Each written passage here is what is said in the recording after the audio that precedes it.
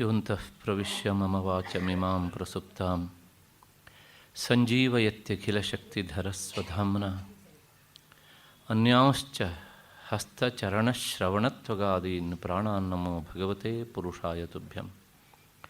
ಯಾವರ್ಣ ಪದವಾಕ್ಯಾರ್ಥ ಗದ್ಯಪದ್ಯಸ್ವರೂಪಿಣೀ ವಾಚಿ ನರ್ತಯತ್ ಕ್ಷಿಪ್ರಂ ಮೇಧಾನ್ ದೇವಿ ಸರಸ್ವತಿ. ಮೂಕಂ ಕರೋತಿ ವಾಚಾಲಂ ಪಂಗುಂ ಲಂಘಯತೆ ಗಿರಿಂ ಯತ್ಕೃಪಾ ತಮಹಂ ಮುಂದೆ ಪರಮಾನಂದಮಾಧವಂ. ನಾರಾಯಣಃ ಪರೋ ವ್ಯಕ್ತಾದಂಡಮವ್ಯಕ್ತಸಂಭವಂ ಅಂಡಸ್ಯಾಂತಸ್ತ್ವಿಮೇ ಲೋಕಾಃ ಸಪ್ತದ್ವೀಪಾ ಚ ಮೇದಿನಿ.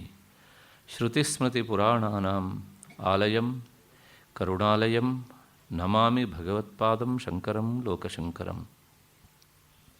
ನಮಸ್ತಸ್ಮೈ ಭಗವತೆ ಶಂಕರಾಚಾರ್ಯರೂಪಿಣೆ ಯೇನ ವೇದಾಂತವಿದ್ಯೇಯಂ ಉದ್ಧೃತಾ ವೇದಸಾಗರಾತ್. ನನ್ನ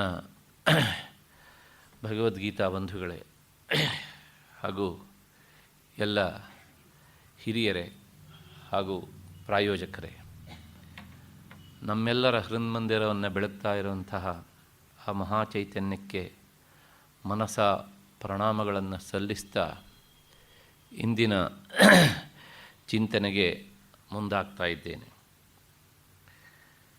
ನಿನ್ನೆ ದಿವಸ ನಾನು ಉಪನ್ಯಾಸವನ್ನು ಮುಗಿಸಿ ಹೊರಡುವಾಗ ನಾನು ಹೇಳಿದ ವಿಷಯದ ಬಗ್ಗೆ ಒಬ್ಬ ಶ್ರೋತೃಗಳೊಬ್ಬರು ಒಂದು ಸಂಶಯವನ್ನು ಕೇಳಿದ್ದಾರೆ. ಅದಕ್ಕೆ ಉತ್ತರವನ್ನು ಕೊಟ್ಟು ಮತ್ತೆ ಇವತ್ತಿನ ವಿಷಯವನ್ನು ಕೈಗೆತ್ತಿಕೊಳ್ತೇನೆ. ಈ 21ನೇ ಶ್ಲೋಕದಲ್ಲಿ ಬಂದಂಥ ಒಂದು ಶಬ್ದದ ಬಗ್ಗೆ ಅವರ ಸಂಶಯ. ಪುರುಷಃ ಪ್ರಕೃತಿಸ್ಥೋ ಹಿ ಭುಂಕ್ತೆ ಪ್ರಕೃತಿಜಾನ್ ಗುಣಾನ್ ಕಾರಣಂ ಗುಣಸಂಗೋಸ್ಯ ಸದಸದ್ಯೋನಿ ಜನ್ಮಸು ಅಂತ. ಅವರಿಗೆ ಸಂಶಯ ಇರುವುದು ಎಲ್ಲಿ ಅಂದರೆ, ಪ್ರಕೃತಿಸ್ಥ ಅಂತ ಶಬ್ದ ಉಂಟು, ಅದಕ್ಕೆ ನೇರವಾಗಿ ಅರ್ಥ ಏನು ಅಂತ ಒಂದು. ಇನ್ನೊಂದು ಪ್ರಕೃತಿ ಜಾನ್ ಅಂದರೆ ಏನು ಅಂತ. ಈ ಜಾನ್ ಅನ್ನೋದೆಲ್ಲ ಸಂಶಯ ಹುಟ್ಟಿಸ್ಬಿಟ್ಟಿದೆ ಅಂತ ಕಾಣುತ್ತೆ. ಹಾಗಾಗಿ ಅವನಲ್ಲಿ ಇಲ್ಲಿ ಬಂದಪ್ಪ ಅಂತ ಇರಬೇಕು. ಹಾಗಾಗಿ ಎರಡು ಸಂಶಯ ಬಂದಿದೆ. ತಪ್ಪೇನೂ ಇಲ್ಲ, ಏಕೆಂದರೆ ಸ್ವಲ್ಪ ನಾನು ಇದನ್ನು ಸ್ಪಷ್ಟವಾಗಿ ತಿಳ್ಕೊಳ್ಬೇಕು, ಶಬ್ದಶಃ ತಿಳ್ಕೊಳ್ಬೇಕು ಎನ್ನುವಂತಹ ಅಭಿಲಾಷೆ ಇರುವವರಿಗೆ ಇಂಥ ಸಂಶಯಗಳು ಸಹಜ. ಅವು ಬರಬೇಕು, ಸಾಧ್ಯ ಇದ್ದರೆ ಪರಿಹರಿಸಿಕೊಳ್ಬೇಕು. ಹಾಗಾಗಿ ಆ ಹಿನ್ನೆಲೆಯಲ್ಲಿ ಪ್ರಕೃತಿಸ್ಥ ಅನ್ನೋದಕ್ಕೆ ಅರ್ಥ ಏನು, ನಾನು ಇದನ್ನು ಹೇಳಿದ್ದೆ. ಆದರೆ ಕೆಲವು ಸಲ ಏನು ಮಾಡ್ತೇವೆ, ವ್ಯಾಖ್ಯಾನ ಮಾಡುವಾಗ ಕೆಲವು ಶಬ್ದಗಳಿಗೆ ವರ್ಡ್ ಬೈ ವರ್ಡ್ ಮೀನಿಂಗ್ ಹೇಳ್ತೇವೆ, ಕೆಲವು ಸಲ ಅದನ್ನು ತಾತ್ಪರ್ಯ ಹೇಳ್ಕೊಂಡು ಹೋಗಿಬಿಡ್ತೇವೆ. ಅದರ ಶ್ರೋತೃಗಳಿಗೆ ಇದಕ್ಕೆ ವರ್ಡ್ ಬೈ ವರ್ಡ್ ಮೀನಿಂಗ್ ಬೇಕು ಅಂತ ಆ ಸಂದರ್ಭದಲ್ಲಿ ಕೆಲವು ಸಲ ಹೊಳೆದಾಗ ಹೇಳ್ತೇವೆ, ಹಾಗಿಲ್ಲದೆ ಇದ್ದರೆ ತಾತ್ಪರ್ಯದ ಮೇಲಿಂದ ಹೋಗ್ತಾ ಇರ್ತೇವೆ ಹೀಗೆ ಅಂತ. ಅಷ್ಟು ಹಿನ್ನೆಲೆ. ಯಾಕೆಂದರೆ ಈ ನೇರ ಪಾಠವನ್ನೇ ಮಾಡುವಾಗ ಪ್ರತಿಯೊಂದು ಶಬ್ದಕ್ಕೂ ಶಬ್ದಶಃ ಅರ್ಥವನ್ನು ಹೇಳ್ಕೊಂಡು ಹೋಗ್ತೇವೆ. ಅದರ ನೇರ ಪಾಠ ಅಲ್ಲ. ಇಲ್ಲಿನ ಕ್ರಮ ಹೇಗೆ ಅಂದರೆ, ಒಂದು ರೀತಿಯಲ್ಲಿ ಪಾಠ, ಮತ್ತೊಂದು ರೀತಿಯಲ್ಲಿ ಪ್ರವಚನ, ಅಥವಾ ಇದು ಎರಡರ ಮಧ್ಯದ ಒಂದು ಕ್ರಮ. ಹಾಗಾಗಿ ಆ ಹಿನ್ನೆಲೆಯಲ್ಲಿ ಈ ಸಂಶಯಗಳು ಬರುವುದು ಸಹಜ. ಅದನ್ನು ಪರಿಹರಿಸಿಕೊಳ್ಬೇಕಾದಿಂದ ಅವರು ಕೇಳಿದ್ದಾರೆ. ಹಾಗಾಗಿ ಈ ಪ್ರಕೃತಿಸ್ಥ ಅನ್ನೋದಕ್ಕೆ ಅರ್ಥ ಏನು ಅಂತ ನೋಡಿ. ಪ್ರಕೃತಿ ಅನ್ನೋದಕ್ಕೆ ನಾನು ನಿನ್ನೆ ದಿವಸ ಅರ್ಥ ಹೇಳಿದ್ದೇನೆ. 24 ತತ್ವಗಳನ್ನು ಒಳಗೊಂಡಂತಹ ಜಡಶಕ್ತಿಗೆ ಪ್ರಕೃತಿ ಅಂತ ಹೆಸರು ಅಂತ. 5 ತನ್ಮಾತ್ರೆಗಳು, ಮತ್ತು ಅವ್ಯಕ್ತ, ಅಹಂಕಾರ, ಬುದ್ಧಿ, ಮನಸ್ಸು, ಮತ್ತು ಪಂಚ ಇಂದ್ರಿಯ ಗೋಚರಗಳು ಅಂದರೆ ಪಂಚಭೂತಗಳು, ಮತ್ತು ಪಂಚ ಜ್ಞಾನೇಂದ್ರಿಯಗಳು, ಮತ್ತು ಪಂಚ ಕರ್ಮೇಂದ್ರಿಯಗಳು. 21ನೇ ಶ್ಲೋಕವನ್ನು ಹೇಳುವಾಗ ಇದಿಷ್ಟನ್ನು ಹೇಳಿದ್ದೇನೆ. ಈ 24 ತತ್ವಗಳನ್ನು ಒಳಗೊಂಡ ಭಗವಂತನ ಜಡಶಕ್ತಿಗೆ ಪ್ರಕೃತಿ ಅಂತ ಹೆಸರು. ಇದಕ್ಕೆ ಅಪರಾ ಪ್ರಕೃತಿ ಅಂತ. ಯಾಕೆಂದರೆ ಅಪರ ಅಂದರೆ ನಿಕೃಷ್ಟ ಅಂತ. ಯಾವುದಕ್ಕೆ ಹೋಲಿಸಿದರೆ ನಿಕೃಷ್ಟ ಅಂದರೆ ಚೈತನ್ಯ ಪ್ರಕೃತಿಯಾದ ಜೀವನಿಗೆ ಹೋಲಿಸಿದರೆ ಇದು ನಿಕೃಷ್ಟ. ಆದ್ದರಿಂದ ಇದಕ್ಕೆ ಅಪರಾ ಪ್ರಕೃತಿ ಅಂತ ಕರೀತಾರೆ. ಹೇಳುವಾಗ ಅಪರಾ ಎನ್ನುವ ಶಬ್ದವನ್ನು ಪದೇ ಪದೇ ಹೇಳೋದಿಲ್ಲ, ಯಾಕೆಂದರೆ 7ನೇ ಅಧ್ಯಾಯದಲ್ಲಿ ಅದನ್ನು ಹೇಳಿ ಆಗಿದೆ ಅಂತ. ಹಾಗಾಗಿ ಪ್ರಕೃತಿ ಅಂದ ತಕ್ಷಣ ಅಪರಾ ಪ್ರಕೃತಿ ಅಂತ, ಜೀವನಿಗೆ ಹೇಳುವಾಗ ನೇರವಾಗಿ ಪರಾಪ್ರಕೃತಿ ಅಂತ ಹೇಳಿಬಿಡ್ತಾರೆ. ಅಷ್ಟು ಹಿನ್ನೆಲೆಯಲ್ಲಿ ಪ್ರಕೃತಿ ಅಂದರೆ ಈ 24 ತತ್ವಗಳಿಂದ ಒಳಗೊಂಡಂಥ ಶಕ್ತಿ. ಈ ಪ್ರಕೃತಿಯೇ ಎಲ್ಲವನ್ನೂ ಮಾಡುತ್ತೆ. ಯದ್ಯಪಿ ಅದು ಜಡ, ಆದರೆ ಚೇತನನಾದ ಜೀವನ ಮತ್ತು ಈ ಪ್ರಕೃತಿಯ ಸಂಪರ್ಕ ಬಂದಾಗ ಎಲ್ಲವನ್ನು ಮಾಡ್ಕೊಂಡು ಹೋಗ್ತಾ ಇರುತ್ತೆ. ಅಲ್ಲಿ ಪ್ರಕೃತಿ ಸ್ಥಃ ಅನ್ನೋದಕ್ಕೆ ಅರ್ಥ ಪ್ರಕೃತೌ ತಿಷ್ಠತೀತಿ ಪ್ರಕೃತಿಸ್ಥಃ ಅಂತ. ಅಂದರೆ ಪ್ರಕೃತಿಯಲ್ಲಿ ನಾನು ಇದ್ದೇನೆ ಅಂತ ಅಂದುಕೊಂಡ ಜೀವನಿಗೆ ಪ್ರಕೃತಿಸ್ಥಃ ಅಂತ ಹೆಸರು. ಪ್ರಕೃತಿಯಲ್ಲಿ ನಾನಿದ್ದೇನೆ ಅಂದರೆ ಈ ಟೇಬಲ್ ಇದೆ, ಟೇಬಲ್ ಮೇಲೆ ಪುಸ್ತಕ ಇದೆ, ಇದು ಟೇಬಲ್ ಸ್ಥಃ ಹೀಗೆ ಅರ್ಥ ಅಲ್ಲ, ಪ್ರಕೃತಿಗೆ ಅಧೀನವಾಗಿದ್ದೇನೆ ಅಂತ. ಅಂದರೆ ಪ್ರಕೃತಿ ಎಲ್ಲಿ ಅಂದರೆ ತಾನಿದ್ದೇನೆ ಅಂತ ಭಾವಿಸಿದಂತಹ ಜೀವ ಆ ಪ್ರಕೃತಿ ಮಾಡುವ ಎಲ್ಲ ಕೆಲಸಗಳನ್ನು ತನ್ನ ಮೇಲೆ ಆರೋಪಿಸಿಕೊಳ್ತಾನೆ. ಯಾಕೆ ಆರೋಪಿಸಿಕೊಳ್ತಾನೆ ಅಂದರೆ ಆ ಪ್ರಕೃತಿಯಲ್ಲಿ ಇದ್ದದ್ದೇ ಕಾರಣ, ಅದೇ ಅವನಿಗೆ ಆಧಾರ. ಹಾಗಾಗಿ ಆ ಪ್ರಕೃತಿಸ್ಥಃ ಜೀವ. ಆ ಪ್ರಕೃತಿಯಿಂದ ರಹಿತನಾದಾಗ ಅವನು ಸ್ವಸ್ಥಃ. ಸ್ವಸ್ಮಿನ್ ತಿಷ್ಠತಿ ಇತಿ ಸ್ವಸ್ಥಃ ಅಂದರೆ ಸ್ವತಂತ್ರನಾಗಿ ತನ್ನ ಅಧೀನನಾಗಿ ತಾನಿದ್ದವನು. ಅವನು ಯಾರು ಅಂದರೆ ಜ್ಞಾನಿ, ಮುಕ್ತ. ಅವನು ಪ್ರಕೃತಿಸ್ಥನಲ್ಲ, ಪ್ರಕೃತಿಯಿಂದ ಬಿಡುಗಡೆ ಹೊಂದಿದವನು. ಆದ್ದರಿಂದ ಅವನನ್ನು ಸ್ವಸ್ಥ ಅಂತ ಕರಿಬೇಕು. ನಾವು ಯಾರೂ ಸ್ವಸ್ಥರಲ್ವೇ ಅಲ್ಲ. ಮೊದಲೆಲ್ಲ ಪತ್ರ ವ್ಯವಹಾರ ಮಾಡುವಾಗ ಕೇಳ್ತಿದ್ರು, ನೀವು ಸ್ವಸ್ಥರಾಗಿದ್ದೀರೋ ಅಂತ. ಅಂದರೆ ಯಾವುದೋ ಒಂದು ಕಾಯಿಲೆ ಬಂದು ಅವರಿಗೆ ಅಡರಿತ್ತು, ಆ ಕಾಯಿಲೆಯಿಂದ ಬಿಡಿಸಿಕೊಂಡು ಈಗ ನೀವು ನಿಮ್ಮತನದಲ್ಲಿ ಆರೋಗ್ಯವಾಗಿ ಇದ್ದೀರೋ ಅನ್ನೋದು ಆ ಮಾತಿನ ಅರ್ಥ. ಅಂದರೆ ಅದರಿಂದ ನಿಮಗೆ ಉಪದ್ರವ ತೊಲಗಿದೆಯಾ ಅಂತ ಆ ಕಾಯಿಲೆಯಿಂದ. ಹಾಗಾಗಿ ಸ್ವಸ್ಥರಾಗಿದ್ದೀರೋ ಅಂತ ಕೇಳ್ತಿದ್ರು. ನಾವು ಹೌದು ಅಂತ ಉತ್ತರ ಬರೀತಿದ್ವಿ. ಕಾಯಿಲೆ ಎನ್ನುವಂಥದ್ರಿಂದ ಬಿಡಿಸಿಕೊಂಡು ನಾವು ಸ್ವಸ್ಥರು ಅಂತ ಹೇಳಿದರು, ನಾವು ಯಾರೂ ನಿಜವಾಗಿ ಸ್ವಸ್ಥರಲ್ಲ. ನಾವೆಲ್ಲರೂ ಪ್ರಕೃತಿ ಎನ್ನುವಂತಹ ಈ ಜಡಶಕ್ತಿಗೆ ಅಧೀನರಾಗಿ ಇದ್ದದ್ರಿಂದ ನಾವೆಲ್ಲರೂ ಪ್ರಕೃತಿಸ್ಥರೇ. ಎಲ್ಲಿಯವರೆಗೆ? ಆತ್ಮಜ್ಞಾನ ಆಗುವವರೆಗೂ. ಆತ್ಮಜ್ಞಾನವನ್ನು ಪಡೆದವನು ಸ್ವಸ್ಥ. ಇನ್ನು ಮುಂದಿನ ಶಬ್ದ ಅಲ್ಲೇ ಉಂಟು, ಪ್ರಕೃತಿ ಜಾನ್ ಗುಣ ಅನ್ನಂದ್ರ. ಪ್ರಕೃತಿ ಜಾನ್ ಅಂದರೆ ಪ್ರಕೃತಿಯಿಂದ ಹುಟ್ಟಿದ ಗುಣಗಳನ್ನು ಅಂತ ಅರ್ಥ. ಪ್ರಕೃತೇ ಜಾಯತೆ ಇತಿ ಪ್ರಕೃತಿಜಃ ತಾನ್ ಪ್ರಕೃತಿಜಾನ್ ಅಂತ ಹೇಳಬೇಕು. ಅಂದರೆ ಆ ಪ್ರಕೃತಿಯಿಂದ ಹುಟ್ಟಿದ ಎಲ್ಲ ಈ ಗುಣಗಳೆಲ್ಲ ಏನಿದ್ದಾವೆ ಅವೆಲ್ಲ ಪ್ರಕೃತಿಗೆ ಸಂಬಂಧಪಟ್ಟವು, ಜಡವಾದಗಳು ಅಷ್ಟೂ ಸಹ. ಅವುಗಳನ್ನು ಆತ ಏನು ಮಾಡ್ತಾನೆ ಅಂದರೆ ಈ ಪ್ರಕೃತಿಯಿಂದ ಉಂಟಾದಂಥ ಗುಣಗಳನ್ನೆಲ್ಲ ಆತ ಅನುಭವಿಸ್ತಾ ತಾನೇ ಈ ಪ್ರಕೃತಿಗೆ ಅಧೀನನಾಗಿದ್ದೇನೆ ಅನ್ಕೊಂಡ ಮೊದಲು ತಾನೇ ಪ್ರಕೃತಿ ಅಂತ ಅಂದ್ಕೊಂಡು ಬಿಡ್ತಾನೆ. ಇದನ್ನೇ ಆಧ್ಯಾಸಿಕವಾದ ಸಂಬಂಧ ಅಂತ ಕರೀತಾರೆ. ಆ ಮಾತು ಮತ್ತೆ ಮುಂದೆ ಬರ್ತದೆ. ಹಾಗಾಗಿ ಸದ್ಯಕ್ಕೆ ಅದರ ವಿವರಣೆ ಇಷ್ಟು ಸಾಕು ಅಂತ ಅಂದ್ಕೊಳ್ಳೋಣ. ಆ ಪ್ರಕೃತಿಯಿಂದ ಹುಟ್ಟಿದಂತಹ ಗುಣಗಳಿಗೆ ಅಧೀನನಾಗಿ ಈತ ಏನು ಅಂದ್ಕೊಳ್ತಾನೆ ತನ್ನ ಬಗ್ಗೆ ಅಂದರೆ, ತಾನು ನಿಜವಾಗಿ ಪ್ರಕೃತಿಯಿಂದಲೇ ಸುಖವಾಗಿದ್ದೇನೆ, ದುಃಖವನ್ನು ಅನುಭವಿಸುವುದು ಇದರಿಂದ ಅಂದ್ಕೊಳ್ಳೋದಲ್ಲ. ನಾನೇ ದುಃಖಿ, ಮತ್ತು ನಾನೇ ಸುಖಿ, ಮತ್ತು ಮೂಢ, ಪಂಡಿತ, ಅಹಂ ಇತ್ಯಾದಿಯಾಗೆಲ್ಲ ಆತ ಅಂದ್ಕೊಳ್ತಾ ಇರ್ತಾನೆ. ಈ ಎಲ್ಲವೂ ಸಹ ಪ್ರಕೃತಿಗೆ ಸೇರಿದ ಅಂಶಗಳು. ಅದನ್ನು ತನ್ನ ಮೇಲೆ ಆರೋಪಿಸಿಕೊಂಡು ಆ ಪ್ರಕೃತಿಯಿಂದ ಉಂಟಾದ ಗುಣಗಳನ್ನು ಆರೋಪಿಸಿಕೊಂಡು ಸುಖ ದುಃಖಗಳಿಗೆ ತಾನೇ ಒಡೆಯ ಅಂತ ಅಂದ್ಕೊಂಡು ಬಿಡ್ತಾನೆ. ಯಾರು? ಜೀವ. ವಾಸ್ತವವಾಗಿ ಸುಖ ದುಃಖ ಇವೆಲ್ಲವೂ ಗುಣಗಳಿಂದ ಹುಟ್ಟಿದ್ದಾದ್ದರಿಂದ ಇವೆಲ್ಲ ಜಡವಾದ ಪ್ರಕೃತಿಗೆ ಸಂಬಂಧಪಟ್ಟವುಗಳು. ಇಷ್ಟು ಈ ಶ್ಲೋಕಕ್ಕೆ ಸಂಬಂಧಪಟ್ಟಂತಹ ವಿವರಣೆ. ಇಷ್ಟು ಆದ ಮೇಲೆ ಮತ್ತೆ ಇನ್ನೊಂದು ವಿಚಾರ. ನಿನ್ನೆ ದಿವಸ ನಾನು ಈ 23ನೇ ಶ್ಲೋಕವನ್ನು ಕುರಿತು ಹೇಳ್ತಾ ಇದ್ದೆ. ಯ ಏವಂ ವೇತ್ತಿ ಪುರುಷಂ ಪ್ರಕೃತಿಂಚ ಗುಣೈಃ ಸಹ ಸರ್ವಥಾ ವರ್ತಮಾನೋಪಿ ನ ಸ ಭೂಯೋಪಿ ಜಾಯತೆ. ಹೀಗೆ ಈ ಸತ್ವ, ರಜಸ್ಸು, ತಮಸ್ಸು ಗುಣಗಳು, ಆ ಗುಣಗಳಿಂದಾದಂಥ ಶರೀರ ಮತ್ತು ಈ ಪ್ರಪಂಚ ನಾವು ನೋಡ್ತಾ ಇರೋದು, ಇವೆಲ್ಲವೂ ಸಹ ಪ್ರಕೃತಿಗೆ ಸಂಬಂಧಪಟ್ಟವುಗಳು, ನನಗಲ್ಲ.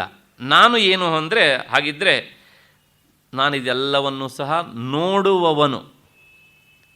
ನಾನು ನೋಡುವವನೇ ಅಷ್ಟೇ ಹೊರತನು ಸಹ ನಾನು ಇವುಗಳ ಗುಣಗಳಿಗೆ ಅಧೀನನಾದವನು ಅಲ್ಲ. ಯಾವಾಗಲೂ ನೋಟಕ ಬೇರೆ ಮತ್ತು ನೋಡಲ್ಪಡುವವನು ಬೇರೆ.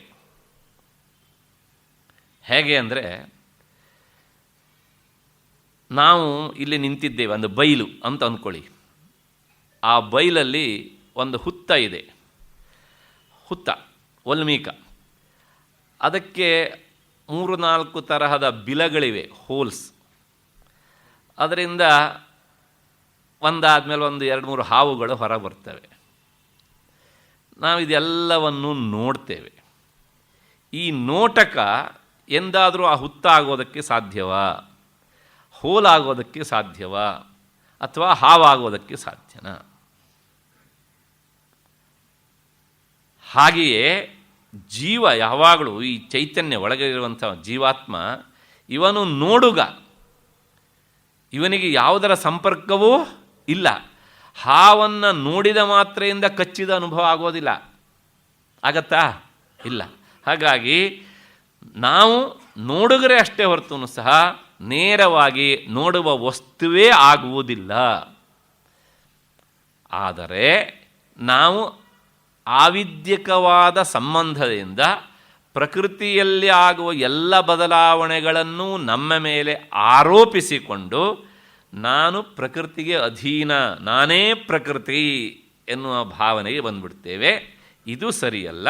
ಹೀಗೆ ಪ್ರಕೃತಿ ಬೇರೆ, ಆ ಪ್ರಕೃತಿಯಲ್ಲಿ ಆಗುವ ಎಲ್ಲ ದೃಶ್ಯಾವಳಿಗಳನ್ನು ಹೆಚ್ಚೇಕೆ ಸುಖ, ದುಃಖ, ಮೋಹ ಇವೆಲ್ಲವೂ ನನಗೆ ಸಂಬಂಧಪಟ್ಟವಲ್ಲ, ನಾನು ಇವುಗಳನ್ನು ನೋಡುವವನು. ಹೇಳುವುದು ಸುಲಭ, ಆಚರಿಸುವುದು ಬಹಳ ಕಷ್ಟ. ಏನೋ ತಕ್ಷಣ ಕೋಪ ಬಂತು, ನಾನು ಕೋಪ ನೋಡುವವನು, ಕೋಪ ಮಾಡಿಕೊಳ್ಳುವವನಲ್ಲ.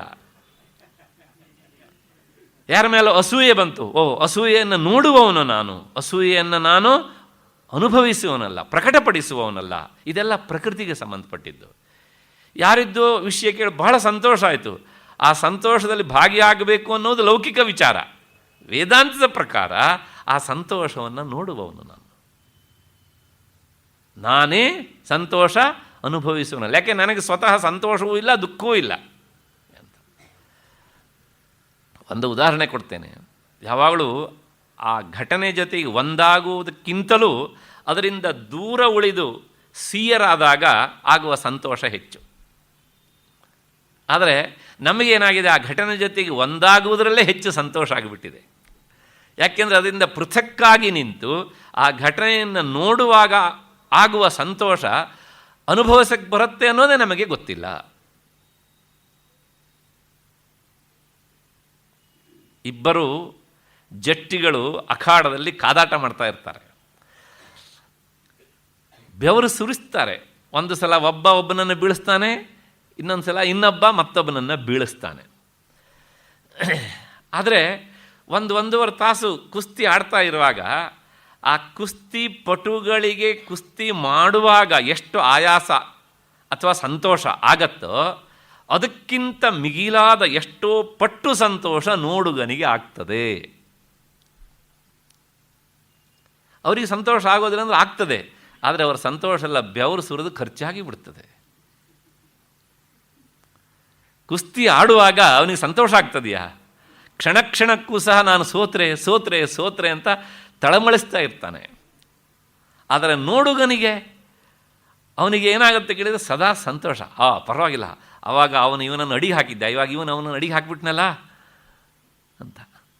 ಒಂದೊಂದು ಪಟ್ಟು ಚೇಂಜ್ ಮಾಡಿದರೂ ಸಹ ಅವ್ರಿಗಿಂತ ಹೆಚ್ಚು ಸಂತೋಷ ಪಡುವವನು ಆ ಕುಸ್ತಿಯನ್ನು ನೋಡುವವನು. ಹಾಗಾಗಿ ನೋಡುಗನಿಗೆ ಹೆಚ್ಚು ಸಂತೋಷ. ಆದರೆ ನಾವು ಏನು ಮಾಡಿದ್ದೇವೆ ಕೇಳಿದರೆ ಅದರಿಂದ ಸಂತೋಷ ಸಿಗ್ತದೆಯೋ ಇಲ್ಲೋ ಅನ್ನೋದ್ರ ಬಗ್ಗೆ ವಿಚಾರನೇ ಮಾಡಲಿಲ್ಲ. ಆದ್ದರಿಂದ ಯಹ ಏವಂ ವೇತ್ತಿ ಪುರುಷಂ ಪ್ರಕೃತಿಂಚ ಗುಣೈಃ ಸಹ, ಹೀಗೆ ಈ ಎಲ್ಲ ದೃಶ್ಯಾವಳಿಗಳನ್ನು ನೋಡುವವನು ಸರ್ವಥಾ ವರ್ತಮಾನೋಪಿ, ಹೀಗೆ ನೋಡುವ ಸ್ಥಿತಿಗೆ ಹೋಗುವಾಗ ಅವನು ಏನಾಗಿರ್ತಾನೆ ಅಂದರೆ ಬ್ರಹ್ಮಜ್ಞಾನಿ ಆಗಿರ್ತಾನೆ, ಆ ಎತ್ತರಕ್ಕೆ ಹೋಗಿರ್ತಾನೆ. ಇಂಥವನು ಮಹಾಜ್ಞಾನಿ ನ ಸ ಭೂಯ ಅಭಿಜಾಯತೆ, ಅವನು ಮತ್ತೆ ಹುಟ್ಟುವುದಿಲ್ಲ ಅಂತ. ಇದು ಗೀತಾಚಾರಣೆ ಮಾತು, ಹುಟ್ಟುವುದಿಲ್ಲ ಅಂತ. ಅಂದರೆ ಬ್ರಹ್ಮಜ್ಞಾನ ಆದ ಮೇಲೆ ಅವನಿಗೆ ಜನ್ಮ ಇಲ್ಲ ಅಂತ. ಈ ಮಾತನ್ನು ಹೇಳಿದಾಗ ಇಲ್ಲಿ ಈ ಕರ್ಮವಾದಿಗಳು ಕೆಲವು ಪ್ರಶ್ನೆಗಳನ್ನು ಎತ್ತುತ್ತಾರೆ. ಏನು ಅವರ ಸಂಶಯ ಅಂದರೆ, ಶಾಸ್ತ್ರದಲ್ಲಿ ಒಂದು ಮಾತುಂಟು, ನಾಭುಕ್ತಂ ಕ್ಷೀಯತೆ ಕರ್ಮ ಕಲ್ಪ ಕೋಟಿ ಶತೈರಪಿ ಅಂತ. ನಾವೊಂದು ಕರ್ಮವನ್ನು ಮಾಡಿದರೆ, ವಿಶೇಷವಾಗಿ ಕಾಮ್ಯಕರ್ಮ ಅಥವಾ ತಪ್ಪು ಕರ್ಮಗಳನ್ನು ಮಾಡಿದರೆ, ಪಾಪ ಕರ್ಮಗಳನ್ನು ಮಾಡಿದರೆ ಅಂತ ಅರ್ಥ, ಅದು ಅನುಭವಿಸಿದ ಹೊರತು ಕ್ಷಯ ಆಗುವುದಿಲ್ಲ ಅನ್ನೋದು ಆ ಮಾತಿನ ಅರ್ಥ. ಅಭುಕ್ತಂ ಅಂದರೆ ಅನುಭವಿಸದೇ ಇರುವುದು, ಕರ್ಮ ಕ್ಷಯ ಆಗುವುದಿಲ್ಲ, ಫಲ ಕೊಟ್ಟೇ ಅದು ನಾಶ ಆಗ್ತದೆ. ಇದು ಕರ್ಮ ಸಿದ್ಧಾಂತದ ಮಾತು. ಈ ಹಿನ್ನೆಲೆಯಲ್ಲಿ ಪೂರ್ವಪಕ್ಷ ಏನು ಅಂದರೆ, ಯಾವನಿಗೆ ಬ್ರಹ್ಮಜ್ಞಾನ ಆಗತ್ತೋ ಅವನಿಗೆ ಮತ್ತೆ ಪುನಃ ಜನ್ಮ ಇಲ್ಲ ಅಂತ ನೀವು ಹೇಳಿದ್ರಿ. ಆದರೆ ಜನ್ಮ ಇದೆ ಅಂತ ನಾವು ಹೇಳ್ತೇವೆ. ಯಾಕೆ ಅಂದರೆ, 3 ತರಹದ ಕರ್ಮಗಳನ್ನು ಮನುಷ್ಯ ಸಾಮಾನ್ಯವಾಗಿ ಮಾಡ್ತಾನೆ. ಒಂದು, ಈ ಜನ್ಮ ಬರುವುದಕ್ಕಿಂತ ಮೊದಲು ಕರ್ಮ ಮಾಡಿದ್ದಾನೆ. ಆ ಕರ್ಮಗಳೆಲ್ಲ ಫಲ ಕೊಡೋದಕ್ಕೆ ಒಂದು ಕಡೆಗೆ ರಾಶಿ ರಾಶಿಯಾಗಿ ವೇಟಿಂಗ್ ಲಿಸ್ಟಲ್ಲಿ ಕುಳಿತಿವೆ. ಅವುಗಳನ್ನು ಸಂಚಿತ ಕರ್ಮಗಳು ಅಂತ ಕರೀತಾರೆ. ಆ ಸಂಚಿತ ಕರ್ಮದಲ್ಲಿ ಇರುವ ಯಾವುದೋ ಒಂದು ಕರ್ಮವನ್ನು ಎತ್ತಿಕೊಂಡು ನಾವು ಫಲವನ್ನು ಅನುಭವಿಸ್ತಾ ಇರ್ತೇವೆ. ಅದಕ್ಕೆ ಪ್ರಾರಬ್ಧ ಕರ್ಮ ಅಂತ ಹೆಸರು. ಆ ಪ್ರಾರಬ್ಧ ಕರ್ಮದಿಂದಾಗಿ ನಮ್ಮ ಈ ಜನ್ಮ ಬಂದಿತ್ತು. ಇಲ್ಲೊಂದು ಮತ್ತು ಸೂಕ್ಷ್ಮ ವಿಷಯ ಉಂಟು. ಒಂದು ಜನ್ಮದಲ್ಲಿ ನಾವು ಒಂದೇ ಕರ್ಮದ ಫಲವನ್ನು ಅನುಭವಿಸ್ತೇವೋ ಅಥವಾ ಒಂದಕ್ಕಿಂತ ಹೆಚ್ಚು ಕರ್ಮದ ಫಲವನ್ನು ಅನುಭವಿಸ್ತೇವೋ ಹೇಳೋದಕ್ಕೆ ಆಗೋದಿಲ್ಲ. ಏನಿದ್ರೂ ಈ ಜನ್ಮ ಬಂದಿದ್ದರಿಂದಲೇ ಗೊತ್ತಾಗುತ್ತೆ ನಾವು ಒಂದು ಪ್ರಾರಬ್ಧ ಕರ್ಮವನ್ನು ಅನುಭವಿಸ್ತಾ ಇದ್ದೇವೆ ಅಂತ. ಎರಡಾಯಿತು. ಮತ್ತು ಈ ಶರೀರ ಬಂದ ಮೇಲೆ ನಾವು ಕರ್ಮ ಮಾಡದೆ ಸುಮ್ಮನೆ ಕುಳಿತುಕೊಂಡಿರ್ತೇವಾ? ಆ ಕರ್ಮಗಳೆಲ್ಲ ಏನಾಗ್ತವೆ ಕೇಳಿದರೆ ಮತ್ತೆ ಮುಂದೆ ಫಲವನ್ನು ಕೊಡ್ತವೆ. ಮುಂದೆ ಅಂದರೆ ಈ ಶರೀರ ಪತನ ಆದ ಮೇಲೆ ಅವುಗಳನ್ನು ಆಗಾಮಿ ಕರ್ಮ ಅಂತ ಕರೀತಾರೆ. ಕರ್ಮ ಅಂದರೆ ಕರ್ಮದ ಫಲ ಅಂತ ಅರ್ಥ. ಅಲ್ಲಿಗೆ 3 ಆಯಿತು ಅಲ್ವಾ? ಮನಸ್ಸಿಗೆ ಬರ್ತಾ ಇದೆ ಅಂತ ಅಂದ್ಕೊಂಡಿದ್ದೇನೆ, ಯಾಕೆಂದರೆ ಇದರ ಸ್ವಲ್ಪ ಶಾಸ್ತ್ರೀಯ ವಿಷಯ.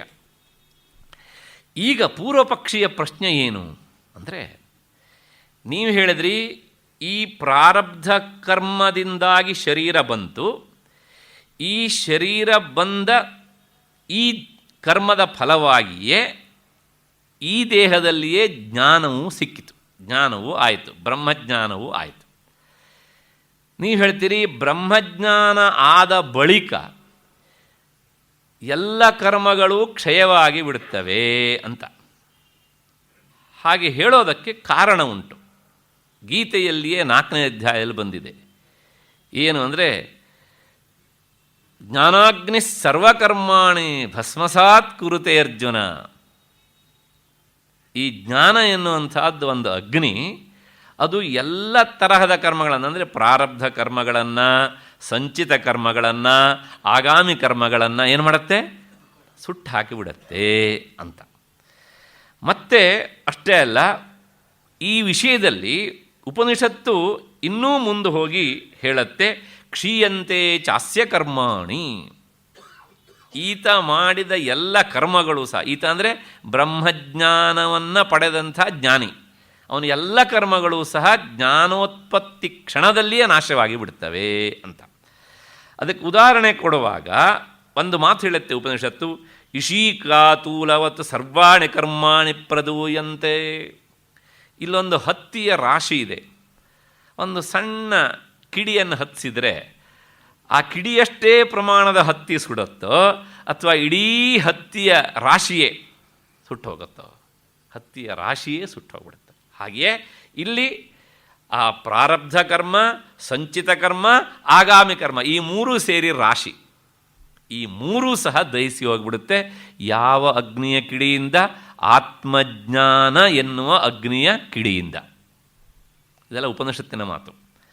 ಮತ್ತೆ ಮುಂದಕ್ಕೆ ಹೋಗಿ ಹೇಳುತ್ತೆ, ಮಹಾಭಾರತದಲ್ಲಿ ಒಂದು ಮಾತು ಬರುತ್ತೆ, ಮೋಕ್ಷ ಪರ್ವದಲ್ಲಿ,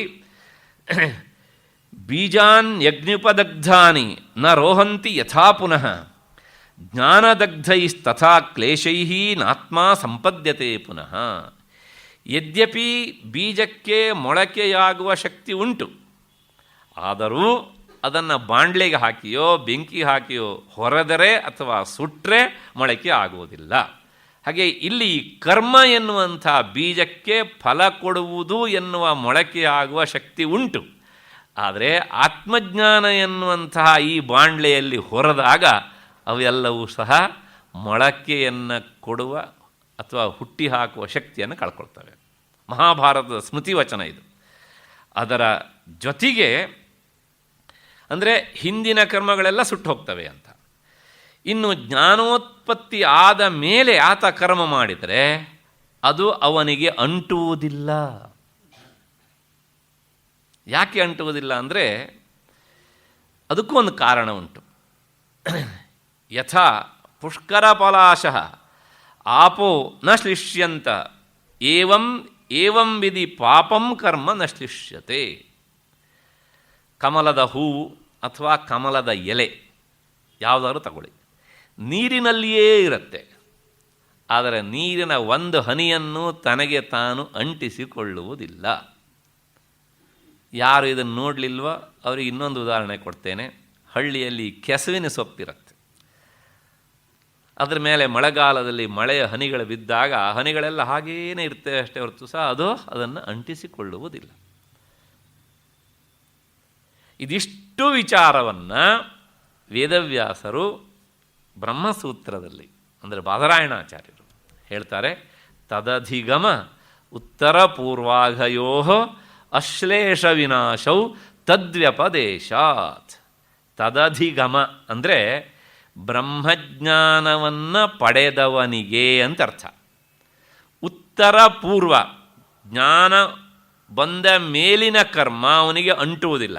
ಯಾಕೆಂದರೆ ಕರ್ಮ ಮಾಡುವವನು ನಾನು ಅನ್ನೋ ಭಾವನೆ ಅವನಿಗೆ ಇರೋದಿಲ್ಲ. ಕರ್ಮ ಮಾಡುವುದು ಶರೀರ. ನಾನು ಮಾಡ್ತೇನೆ ಅನ್ನುವಾಗ ಅಹಂಕಾರ ಇರಬೇಕು.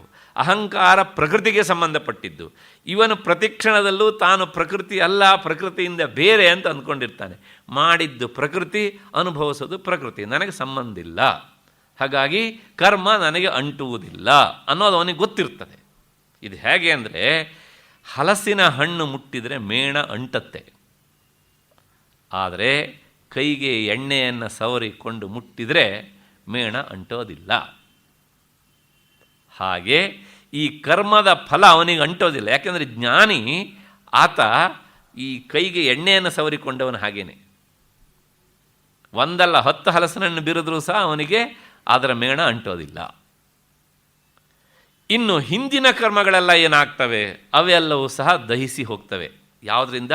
ಜ್ಞಾನದಿಂದ. ಈಗ ಇಷ್ಟು ಹಿನ್ನೆಲೆಯಲ್ಲಿ ಪೂರ್ವ ಪಕ್ಷಿ ಇಲ್ಲೊಂದು ಪ್ರಶ್ನೆಯನ್ನು ಎತ್ತುತ್ತಾನೆ. ಈಗ ನೋಡಿ, ಹಿಂದಿನ ಕರ್ಮಗಳು ನಾಶ ಆಗುವುದಿಲ್ಲ ಅಂತ ನಾನು ಹೇಳ್ತೇನೆ. ಅಂದರೆ ಸಂಚಿತ ಕರ್ಮಗಳು. ಮುಂದೆ ಜ್ಞಾನ ಬಂದ ಮೇಲೆ ಮಾಡಿದ ಕರ್ಮಗಳೇನೋ ಅವನಿಗೆ ಅಂಟುವುದಿಲ್ಲ, ಒಪ್ಕೊಳ್ತೇನೆ. ಆದರೆ ಆ ಪ್ರಾರಬ್ಧ ಕರ್ಮಕ್ಕಿಂತ ಮೊದಲು ಸಂಚಿತ ಕರ್ಮ ಇದೆಯಲ್ಲ, ಅದು ನಾಶ ಆಗುವುದಿಲ್ಲ ಅಂತಾನೆ ಅವನು. ಯಾಕೆ ಅಂದರೆ ಕರ್ಮ ಫಲ ಕೊಟ್ಟ ಹೊರತು ನಾಶ ಆಗೋದಿಲ್ಲ ಒಂದು. ಮತ್ತು ಇನ್ನೊಂದು ಏನು ಅಂದರೆ, ಈಗ ಉದಾಹರಣೆಗೆ ಈ ಪ್ರಾರಬ್ಧ ಕರ್ಮ ಉಂಟಲ್ಲ, ಈ ದೇಹ ಬಂದಿದೆ. ಈ ದೇಹ ಬಂದಾಗ ಈ ದೇಹದಲ್ಲಿ ಅವನಿಗೆ ಜ್ಞಾನೋತ್ಪತ್ತಿ ಆಗಿದೆ. ಅದು ಜ್ಞಾನೋತ್ಪತ್ತಿಯಾದ ಮರುಕ್ಷಣದಲ್ಲಿಯೇ ಈ ದೇಹ ಪತನ ಆಗುವುದರ ಮೂಲಕ ಪ್ರಾರಬ್ಧ ಕರ್ಮದ ಕ್ಷಯ ಆಗುತ್ತದೆಯಾ? ಆಗೋದಿಲ್ಲ. ಜ್ಞಾನಿಗೆ ಜ್ಞಾನ ಆಗಿಬಿಡುತ್ತೆ, ಅವನ ದೇಹ ಇರುತ್ತೆ. ಅಂದರೆ ಏನು ಹೇಳ್ದಂಗಾಯಿತು, ಜ್ಞಾನ ಬಂದ್ರೂ ಪ್ರಾರಬ್ಧ ಕರ್ಮ ಎನ್ನುವಂಥದ್ದು ಹಾಗೇ ಇರ್ತದೆ. ಆ ಪ್ರಾರಬ್ಧ ಕರ್ಮದ ಸಂಸ್ಕಾರ ಕ್ಷಯ ಆಗುವವರೆಗೂ ಜ್ಞಾನ ಬಂದಿದ್ದಿದ್ರೂ ಅದು ಬದುಕುಳಿದಿರ್ತದೆ ಶರೀರ. ಹೇಗೆ ಈ ಪ್ರಾರಬ್ಧ ಕರ್ಮ ಅನ್ನೋದು ಜ್ಞಾನದಿಂದ ಕ್ಷಯ ಆಗುವುದಿಲ್ವೋ ಹಾಗೆಯೇ ಸಂಚಿತ ಕರ್ಮವು ಕ್ಷಯ ಆಗುವುದಿಲ್ಲ ಅನ್ನೋದು ಪೂರ್ವಪಕ್ಷ. ಮನಸ್ಸಿಗೆ ಬಂತು ಅಂತ ಅಂದ್ಕೊಂಡಿದ್ದೇನೆ. ಪ್ರಾರಬ್ಧ ಕರ್ಮದಿಂದ ಈ ದೇಹ ಬಂದಿದೆ, ಈ ದೇಹದಲ್ಲಿ ಜ್ಞಾನೋತ್ಪತ್ತಿ ಆಗಿದೆ. ಜ್ಞಾನೋತ್ಪತ್ತಿಯಾದ ಮರುಕ್ಷಣದಲ್ಲಿಯೇ ಆ ಪ್ರಾರಬ್ಧದ ಕರ್ಮದ ಕ್ಷಯ ಆಗಬೇಕು ಅಂದರೆ ಈ ದೇಹ ಪತನ ಆಗಬೇಕು. ಹಾಗೆ ಆಗತ್ತಾ ಅಂದರೆ ಆಗೋದಿಲ್ಲ. ಹಾಗಾಗಿದರೆ ಜೀವನ್ಮುಕ್ತರು ಅನ್ನೋದೇ ಇರೋದಿಲ್ಲ ಪ್ರಪಂಚದಲ್ಲಿ. ಜೀವನ್ಮುಕ್ತನಾದವನಿಗೆ ಜ್ಞಾನ ಆಗಿರುತ್ತೆ, ಆದರೆ ಅವನ ದೇಹ ಮಾತ್ರ ಬದುಕಿರುತ್ತೆ. ಅಲ್ಲಿಗೇನು ಹೇಳ್ದಂಗಾಯಿತು, ಅವನ ಪ್ರಾರಬ್ಧ ಕರ್ಮದ ಫಲ ಉಂಟು, ಮುಂದಕ್ಕೆ ನಡೀತಾ ಇದೆ. ಹೀಗೆಯೇ ಅಂದರೆ ಜ್ಞಾನ ಬಂದ ಮೇಲೂ ಪ್ರಾರಬ್ಧ ಕರ್ಮದ ಫಲ ಹೇಗೆ ಕ್ಷಯ ಆಗುವುದಿಲ್ವೋ ಸಂಚಿತ ಕರ್ಮದ ಫಲವೂ ಕ್ಷಯ ಆಗುವುದಿಲ್ಲ ಅಂತ ಹೇಳಿ.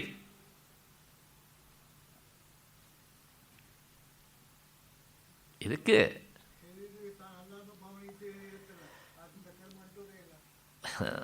ಶರೀರ ತಾನಲ್ಲ ಅನ್ನೋ ಭಾವನೆ ಅವನಿಗೆ ಬಂದಿದೆ. ಆದರೆ ಆ ಶರೀರದ ಮೂಲಕವಾಗಿ ತಾನೇ ಅವನಿಗೆ ಈ ಜ್ಞಾನ ಆದದ್ದು. ಆ ಶರೀರದ ಮೂಲಕವಾಗಿ ಆಗಿದೆ ಅಂದರೆ ಪ್ರಾರಬ್ಧ ಕರ್ಮದಿಂದ ತಾನೇ ಆ ಶರೀರ ಬಂದದ್ದು. ಇನ್ನು ಮುಂದೆ ಮಾಡಿದ್ದು ಅಂಟೋದಿಲ್ಲ, ಅದ್ರ ಬಗ್ಗೆ ಅವನ ಆಕ್ಷೇಪವಿಲ್ಲ. ಅವನು ಹೇಳೋದೇನು, ಜ್ಞಾನದಿಂದ ಕರ್ಮ ನಾಶ ಆಗತ್ತೆ ಅಂತ ಆದರೆ ಆ ಜ್ಞಾನ ಬಂದ ಮರುಕ್ಷಣದಲ್ಲಿ ಈ ಶರೀರ ಬಿದ್ದು ಹೋಗಬೇಕಾಗಿತ್ತು, ಬೀಳೋದಿಲ್ಲ. ಯಾಕೆ? ಪ್ರಾರಬ್ಧ ಕರ್ಮ ಕ್ಷಯ ಆಗುವವರೆಗೂ ದೇಹ ಬದುಕಿರ್ತದೆ ಅಂತ. ಹಾಗೆಯೇ ಸಂಚಿತ ಕರ್ಮವೂ ಸಹ ನಾಶ ಆಗುವುದಿಲ್ಲ ಅಂತ ಹೇಳಿ ಅದಕ್ಕೆ ಬಹಳ ಸುಂದರವಾದ ಉದಾಹರಣೆಯನ್ನು ಕೊಡುತ್ತೆ ಶಾಸ್ತ್ರ. ಈ ಪೂರ್ವಪಕ್ಷಗಳನ್ನು ಕೇಳ್ತಾ ಇದ್ರೆ ಎಷ್ಟು ಚೆನ್ನಾಗಿದೆಯಲ್ಲ, ಇದೇ ಸರಿ ಅಂತ ಅನಿಸ್ಬಿಡುತ್ತೆ ನಮಗೆ. ಆದರೆ ಸಿದ್ಧಾಂತಕ್ಕೆ ಅದರ ಅಂತಿಮ ಉತ್ತರವನ್ನು ಪಡೀಲಿಕ್ಕೆ ಹೋದಾಗ ಅದು ಇನ್ನೂ ಸುಂದರವಾಗಿರುತ್ತೆ. ಅದಕ್ಕೆ ಈ ಶ್ಲೋಕಕ್ಕೆ ಆಚಾರ್ಯ ಶಂಕರು ಬಹಳ ಸುಂದರವಾದ ಭಾಷ್ಯವನ್ನು ಬರೆದಿದ್ದಾರೆ. ಹೇಗೆ ಅಂದರೆ ಆ ಭಾಷ್ಯದ ಸಾಲುಗಳನ್ನು ಸ್ವಲ್ಪ ಓದ್ತೇನೆ, ಯಾಕೆಂದರೆ ಆ ಭಾಷ್ಯದ ಸಾಲುಗಳನ್ನು ಓದೋದೇ ಒಂದು ಮಹಾ ಸಂತೋಷ. ಅದು ಅಸ್ತು ತಾವತ್ ಜ್ಞಾನೋತ್ಪತ್ತಿ ಉತ್ತರಕಾಲ ಕೃತಾನಾಂ ಕರ್ಮಣಾಂ ಜ್ಞಾನೇನ ದಾಹ ಜ್ಞಾನ ಸಹಭಾವಿತ್ವಾತ್. ಜ್ಞಾನ ಬಂದ ಮೇಲೆ ಕರ್ಮ ಮಾಡ್ತಾನೆ ಜ್ಞಾನಿ ಲೋಕ ಸಂಗ್ರಹಕ್ಕಾಗಿ. ಆದರೆ ಕರ್ಮ ಮಾಡುವಾಗ ಅಹಂಕರ್ತ ಅಹಂ ಭೋಕ್ತ ಎನ್ನುವ ಭಾವನೆ ಇರೋದಿಲ್ಲ. ಇದೆಲ್ಲ ಪ್ರಕೃತಿದಾದ್ದರಿಂದ ತನಗೂ ಅದಕ್ಕೂ ಸಂಬಂಧ ಇಲ್ಲ. ಅದು ಅಯಾಚಿತವಾಗಿ ನಡೀತಾ ಇರುತ್ತೆ ಅಷ್ಟೇ. ಅಲ್ಲಿ ಅವನ ಪ್ರಯತ್ನ ಏನೂ ಇರೋದಿಲ್ಲ. ಮನಸ್ಸು ಮಾಡುವ ಕರ್ಮದ ಜೊತೆಗೆ ಒಂದಾಗೋದಿಲ್ಲ. ಯಾಕೆಂದರೆ ಮನಸ್ಸನ್ನು ನಾನು ನೋಡುವವನು ಅನ್ನುವಂಥದ್ದು ಅವನಿಗೆ ಸ್ಪಷ್ಟವಾಗಿರ್ತದೆ. ಅಷ್ಟಾದ ಮೇಲೆ ಹಾಗಾಗಿ ಈ ಜ್ಞಾನೋತ್ಪತ್ತಿ ಆದ ಮೇಲೆ ಮಾಡುವ ಕರ್ಮದ ಬಗ್ಗೆ ಪೂರ್ವಪಕ್ಷಿಗೆ ಸಂಶಯ ಇಲ್ಲ. ನತು ಇಹ ಜನ್ಮನಿ ಜ್ಞಾನೋತ್ಪತ್ತೇ ಪ್ರಾಕ್ ಕೃತಾನಾಂ ಕರ್ಮಣಾಂ ಅತೀತ ಜನ್ಮ ಕೃತಾನಾಂಚ ದಾಹ ಯುಕ್ತ.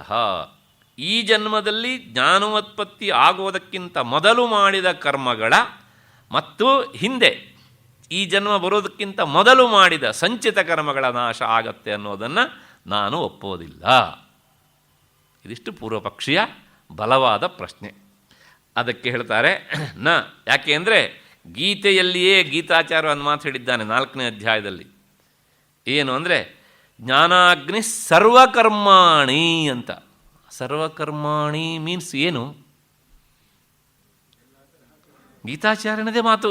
ಸಂಚಿತ ಕರ್ಮ, ಜ್ಞಾನೋತ್ಪತ್ತಿ ಆಗುವುದಕ್ಕಿಂತ ಮುನ್ನ ಈ ದೇಹದಲ್ಲಿ ಮಾಡಿದ ಕರ್ಮ, ಜ್ಞಾನೋತ್ಪತ್ತಿ ಅನಂತರ ಮಾಡುವ ಕರ್ಮ.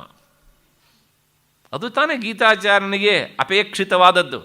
ಹಾಗಾಗಿ ಉದ್ದೇಶಪೂರ್ವಕವಾಗಿ ಗೀತಾಚಾರ್ಯ ಜ್ಞಾನಾಗ್ನಿ ಸರ್ವಕರ್ಮಾಣಿ ಅಂತ ಹೇಳಿದ್ದಾನೆ. ಹಾಗಾಗಿ 3 ತರಹದ ಕರ್ಮಗಳ ನಾಶ ಆಗುತ್ತೆ. ಜ್ಞಾನೋತ್ತರ ಕಾಲ ಭಾವಿನಾಮೇವ ಸರ್ವಕರ್ಮಣಾಮಿತಿ ಚೇತ್. ಇದಕ್ಕೆ ಮಧ್ಯದಲ್ಲಿ ಒಂದು ಅಡ್ಡಪ್ರಶ್ನೆ. ಒಂದು ಜ್ಞಾನೋತ್ಪತ್ತಿ ಆದ ಮೇಲೆ ಅವನು ಬೇರೆ ಬೇರೆ ಕರ್ಮಗಳನ್ನು ಮಾಡ್ತಾನೆ. ಬಹಳಷ್ಟು ಕರ್ಮಗಳು ಅಂದರೆ ಜ್ಞಾನೋತ್ಪತ್ತಿ ಆದ ಮೇಲೆ ಮಾಡುವ ಕರ್ಮ ಅಂತ ಹೇಳಿಬಿಡಿ ನೀವು. ಅಲ್ಲೂ ಒಂದಕ್ಕಿಂತ ಹೆಚ್ಚು ಕರ್ಮ ಮಾಡಿದರೆ ಸರ್ವಕರ್ಮ ಅಂತ ಆಯ್ತಲ್ಲ. ಅದಕ್ಕೆ ಹೇಳ್ತಾರೆ, ನಿನಗೆ ಆ ಅರ್ಥವನ್ನು ಅಲ್ಲಿಗೇ ನಯನ ಮಾಡಬೇಕು ಅಂತ ಯಾರಯ್ಯ ಹೇಳಿದವರು? ಸಹಜವಾಗಿ ಸ್ವರಸವಾಗಿ ಈ ಮೂರೂ ತರಹದ ಕರ್ಮಗಳನ್ನು ಅರ್ಥ ಸಿಗುವಾಗ ಈ ಅರ್ಥ ಸಂಕೋಚವನ್ನು, ಸರ್ವಕರ್ಮ ಅನ್ನೋದಕ್ಕೆ ಜ್ಞಾನೋತ್ಪತ್ತಿ ಆದ ಮೇಲೆ ಮಾಡುವ ಕರ್ಮ ಎನ್ನುವಂಥ ಸಂಕೋಚಾರ್ಥವನ್ನು ನೀನು ಯಾಕೆ ಮಾಡ್ತೀಯೇ? ಏನು ಆಧಾರ ಉಂಟು? ಆಧಾರ ಇಲ್ಲ ಅದಕ್ಕೆ ಉಪನಿಷತ್ತು ಹೇಳುತ್ತೆ, ನ ಶಿಷ್ಯತೆ, ಅವನು ಮಾಡಿದ ಕರ್ಮ ಅವನಿಗೆ ಅಂಟೋದಿಲ್ಲ ಅಂತ. ಹಾಗಾಗಿ ಕೇವಲ ಜ್ಞಾನೋತ್ಪತ್ತಿ ಆದ ಮೇಲೆ ಮಾಡುವ ಸರ್ವಕರ್ಮ ಅಂತ ಅರ್ಥ ಅಲ್ಲ, ಮೂರೂ ಕರ್ಮಗಳು ಅಂತ ಅರ್ಥ. ಅಷ್ಟೇ ಅಲ್ಲ, ಮುಂದೆ ನೀನು ಕೇಳಿದ್ಯಲ್ಲ, ಈ ವರ್ತಮಾನ ಅಂದರೆ ಪ್ರಾರಬ್ಧ ಕರ್ಮ ಹೇಗೆ ಜ್ಞಾನೋತ್ಪತ್ತಿ ಆದರೂ ಕ್ಷಯ ಆಗುವುದಿಲ್ವೋ ಹಾಗೆ ಸಂಚಿತ ಕರ್ಮ ಕ್ಷಯ ಆಗುವುದಿಲ್ಲ ಅಂತ. ಎರಡೂ ಆಗುತ್ತೆ. ಪ್ರಾರಬ್ಧ ಕರ್ಮ ಕ್ಷಯ ಆಗದೇ ಇರುವುದಕ್ಕೆ ಒಂದು ಕಾರಣ ಉಂಟು. ಏನು ಅಂದರೆ, ಮುಕ್ತ ಬಾಣವತ್ ಅಂತ ಒಂದು ಉದಾಹರಣೆ ಕೊಡ್ತಾರೆ ಅವರು. ಯಥಾ, ಆ ಭಾಷ್ಯ ಪಂಕ್ತಿ ನೋಡಿ, ಲಕ್ಷ್ಯವೇಧಾಯ ಮುಕ್ತಃ ಇಷು ಧನುಷಃ ಲಕ್ಷ್ಯವೇಧ ಉತ್ತರಕಾಲಮಪಿ ಆರಬ್ಧ ವೇಗಕ್ಷಯಾತ್ ಪತನೇನೈವ ನಿವರ್ತತೆ ಏವಂ ಶರೀರಾರಂಭಕಂ ಕರ್ಮ ಶರೀರಸ್ಥಿತಿ ಪ್ರಯೋಜನೆ ನಿವೃತ್ತೇಪಿ ಆ ಸಂಸ್ಕಾರ ವೇಗಕ್ಷಯಾತ್ ಪೂರ್ವವತ್ ವರ್ತತೆ ಏವ. ಇದರ ಒಟ್ಟು ತಾತ್ಪರ್ಯ ಹೀಗೆ. ಈಗ ಇಲ್ಲೊಂದು ಮಾವಿನ ಮರ ಇದೆ, ಅಲ್ಲೊಂದು ಹಣ್ಣಿದೆ. ಆ ಹಣ್ಣನ್ನು ಬೀಳಿಸಬೇಕು ಅಂತ ನಾವೊಂದು ಕಲ್ಲನ್ನು ಎಸಿತೇವೆ. ಆ ಕಲ್ಲು ಮಾವಿನ ಹಣ್ಣಿನ ತೊಟ್ಟಿಗೆ ತಾಗಿದೆ. ಆ ಹಣ್ಣನ್ನು ಬೀಳಿಸಿದೆ ಕಲ್ಲು. ಆದರೆ ಹಾಗೆ ಹೊಡೆದ ಕಲ್ಲು ಮಾವಿನ ಹಣ್ಣಿನ ಜೊತೆಗೇ ಬೀಳುತ್ತೋ, ಹಣ್ಣು ಇಲ್ಲಿ ಬೀಳುತ್ತೆ, ಕಲ್ಲು ಅಲ್ಲೆಲ್ಲ ಹೋಗಿ ಬೀಳುತ್ತೆ. ಹೌದಾ ಅಲ್ವಾ? ಅಂದರೆ ಈ ಕಲ್ಲು ಎಸೆಯುವುದು ಎನ್ನುವುದೇ ಪ್ರಾರಬ್ಧ ಕರ್ಮ, ಮಾವಿನ ಹಣ್ಣು ಬೀಳುವುದು ಎನ್ನುವುದೇ ಜ್ಞಾನೋತ್ಪತ್ತಿ. ಜ್ಞಾನೋತ್ಪತ್ತಿ ಆದ ಬಳಿಕವೂ ಮಾವಿನ ಹಣ್ಣಿನ ಜೊತೆಗೇ ಆ ಕಲ್ಲು ಬೀಳಬೇಕಿತ್ತು. ಯಾಕೆ ಮುಂದೆ ಹೋಯಿತು ಅಂದರೆ, ಆ ಪ್ರಾರಬ್ಧ ಕರ್ಮದ ಸಂಸ್ಕಾರದ ವೇಗ ಉಳಿದಿದೆ, ಹಾಗಾಗಿ ಅದು ಮುಂದಕ್ಕೆ ಹೋಗಿ ಬೀಳುತ್ತೆ. ಅಂದರೆ ಜ್ಞಾನೋತ್ಪತ್ತಿ ಆಗಿರುತ್ತೆ, ದೇಹಪಾತ ಇನ್ಯಾವಾಗಲೂ ಆಗತ್ತೆ. ಉಪನಿಷತ್ತಿನ ಹಿನ್ನೆಲೆಯಲ್ಲಿ ಈ ಉದಾಹರಣೆ ಕೊಡ್ತಾರೆ. ಹೀಗೇನೆ ಪ್ರಾರಬ್ಧ ಏನೋ ಹೀಗಾಯಿತು, ಆದರೆ ಸಂಚಿತ ಕರ್ಮಗಳು ಹೀಗಾಗಬಹುದಲ್ಲ ಅಂದರೆ ಸಂಚಿತ ಕರ್ಮ ಹೀಗಾಗೋಲ್ಲ.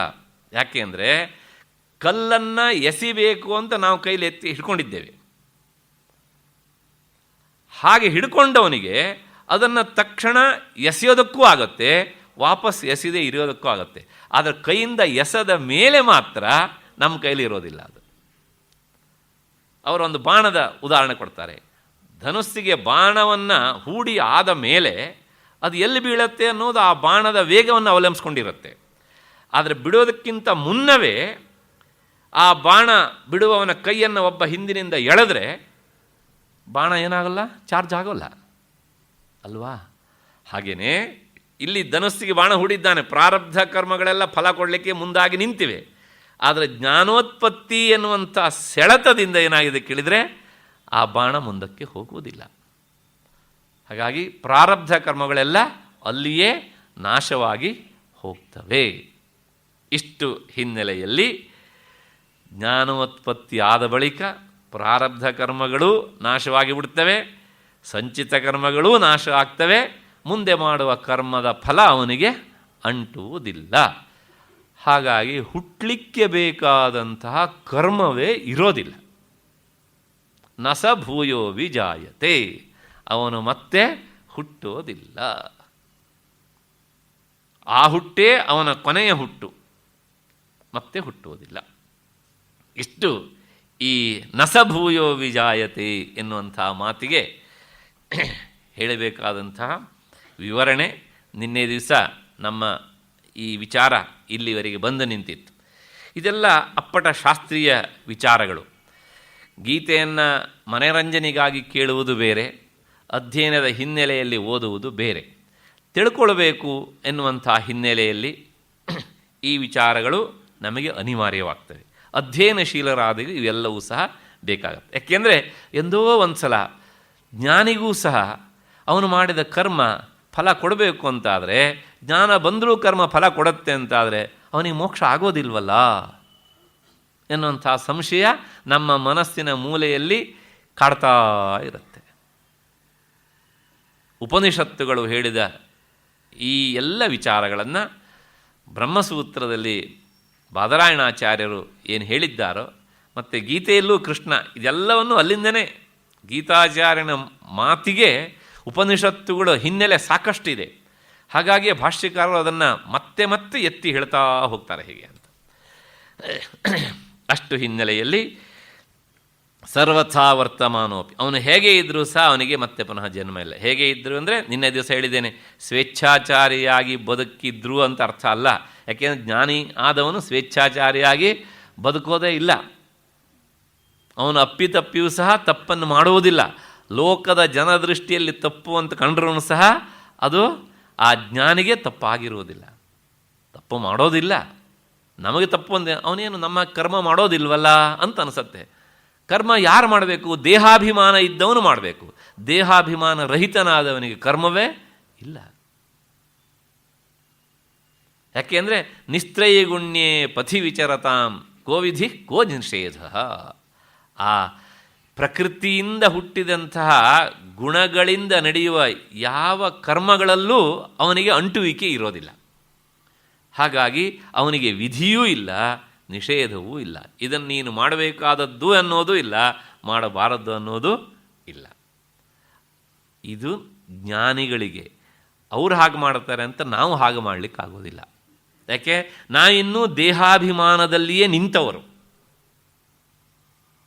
ನನಗೆ ಉಪನ್ಯಾಸ ಮಾಡುವವನು ಅನ್ನೋ ಭಾವನೆ ಉಂಟು, ಈಗ ನಿಮಗೆ ಕೇಳುವವರು ಅಂತ ಭಾವನೆ ಉಂಟು. ಅವನಿಗೆ ಇದು ಎರಡೂ ಇರೋದಿಲ್ಲ. ಹಾಗಾಗಿ ಇಷ್ಟು ಹಿನ್ನೆಲೆಯಲ್ಲಿ ನಸ ಭೂಯೋಭಿ ಜಾಯತೆ, ಅವನು ಮತ್ತೆ ಹುಟ್ಟುವುದಿಲ್ಲ. ಇಷ್ಟಾದ ಮೇಲೆ ಮತ್ತೆ 24ನೆಯ ಶ್ಲೋಕ. ಧ್ಯಾನೇನ ಆತ್ಮನಿ ಪಶ್ಯಂತಿ ಕೇಚಿದ್ ಆತ್ಮಾನಂ ಆತ್ಮನ ಅನ್ಯೇ ಸಾಂಖ್ಯೇನ ಯೋಗೇನ ಕರ್ಮಯೋಗೇನ ಚಾಪರೆ. ಈ ಶ್ಲೋಕದಲ್ಲಿ ಗೀತಾಚಾರ್ಯ ಮತ್ತೆ ಒಂದು ಹೊಸ ವಿಷಯವನ್ನು ಹೇಳ್ತಾನೆ. ಏನು ಅಂದರೆ, ಆತ್ಮಜ್ಞಾನವನ್ನು ಪಡೆಯೋದಕ್ಕೆ ಬೇರೆ ಬೇರೆ ದಾರಿಗಳಿವೆ. ಆ ಆತ್ಮ ಸಾಕ್ಷಾತ್ಕಾರಕ್ಕೆ ಇರುವಂತಹ ದಾರಿಗಳನ್ನು, ಉಪಾಯಗಳನ್ನು ತಿಳಿಸಿಕೊಡ್ತಾನೆ. ಪ್ರಧಾನವಾಗಿ ಇರುವುದು 3 ಅಂತ ಈ ಶ್ಲೋಕ ಕರಾರುವಾಕ್ಕಾಗಿ ಹೇಳುತ್ತೆ. ಅದಾದ ಮೇಲೆ ಮುಂದಿನ ಶ್ಲೋಕ ಇನ್ನೊಂದು ವಿಧಾನವನ್ನು, ಇನ್ನೊಂದು ಉಪಾಯವನ್ನು ತಿಳಿಸಿಕೊಡುತ್ತೆ. ಏನು ಅಂದರೆ, ಕೆಲವು ಜನ ಯೋಗಿಗಳು ಏಕಾಗ್ರ ಚಿಂತನ ಎನ್ನುವಂಥ ಧ್ಯಾನದಿಂದ ಈ ಪ್ರತ್ಯೇಗಾತ್ಮನನ್ನು ಸಂಸ್ಕಾರಗೊಂಡಂತಹ ಅಂತಃಕರಣದಿಂದ ತಮ್ಮ ಬುದ್ಧಿಯಲ್ಲಿ ಕಂಡುಕೊಳ್ತಾರೆ. ಕೆಲವರು ಸಾಂಖ್ಯಯೋಗದಿಂದ ಆತ್ಮನು ಪ್ರಕೃತಿಗಿಂತ ಭಿನ್ನ ಅಂತ ತಿಳಿದುಕೊಳ್ತಾರೆ. ಮತ್ತು ಇನ್ನು ಕೆಲವರು ಕರ್ಮಯೋಗದಿಂದ, ಅಂದರೆ ನಿತ್ಯ ಕರ್ಮಗಳನ್ನು ಮಾಡ್ತಾ ಚಿತ್ತಶುದ್ಧಿಯನ್ನು ಪಡೆದು ಆ ಮೂಲಕ ಅವರು ಆತ್ಮನನ್ನು ಕಾಣ್ತಾರೆ, ಆತ್ಮ ಸಾಕ್ಷಾತ್ಕಾರ ಮಾಡಿಕೊಳ್ತಾರೆ. ಅಲ್ಲಿಗೆ ಈ ಶ್ಲೋಕದಲ್ಲಿ ಗೀತಾಚಾರ್ಯ ಆತ್ಮ ಸಾಕ್ಷಾತ್ಕಾರಕ್ಕೆ ಇರುವುದು 3 ದಾರಿಗಳು ಅಂತ ನಿಖರವಾಗಿ ತಿಳಿಸ್ಕೊಟ್ಟಿದ್ದಾನೆ. ಒಂದು ಯೋಗ, ಇನ್ನೊಂದು ಸಾಂಖ್ಯ, ಇನ್ನೊಂದು ಕರ್ಮ. ಈ 3 ದಾರಿಗಳು ಆಯಿತು. ಇದನ್ನು ಕೇಳಿದಾಗ ನಿಮ್ಗೆ ಸಂಶಯ ಬರುತ್ತೆ, ಹಾಗಿದ್ರೆ ಬೇರೆ ಬೇರೆ ದಾರಿಗಳೆಲ್ಲ ಇದ್ದರೆ ಕೆಲಸ ಮಾಡೋದಿಲ್ಲೋ ಅಂತವಾ? ಸಂಶಯವೇ ಇಲ್ಲ. ಆ ಏನೇನು ಉಪಾಯಗಳಿವೆಯೋ ಆ ಎಲ್ಲ ಉಪಾಯಗಳು ಈ 3ರಲ್ಲಿ ಒಂದಾಗಿರಲೇಬೇಕು, ನೇರವಾಗಿಯೋ ಪರ್ಯಾಯವಾಗಿಯೋ. ಅದರ ಬಿಟ್ಟರೆ ಬೇರೆ ದಾರಿ ಇಲ್ಲ. ಏನು ಹೇಳ್ತಾನೆ ಅಂದರೆ,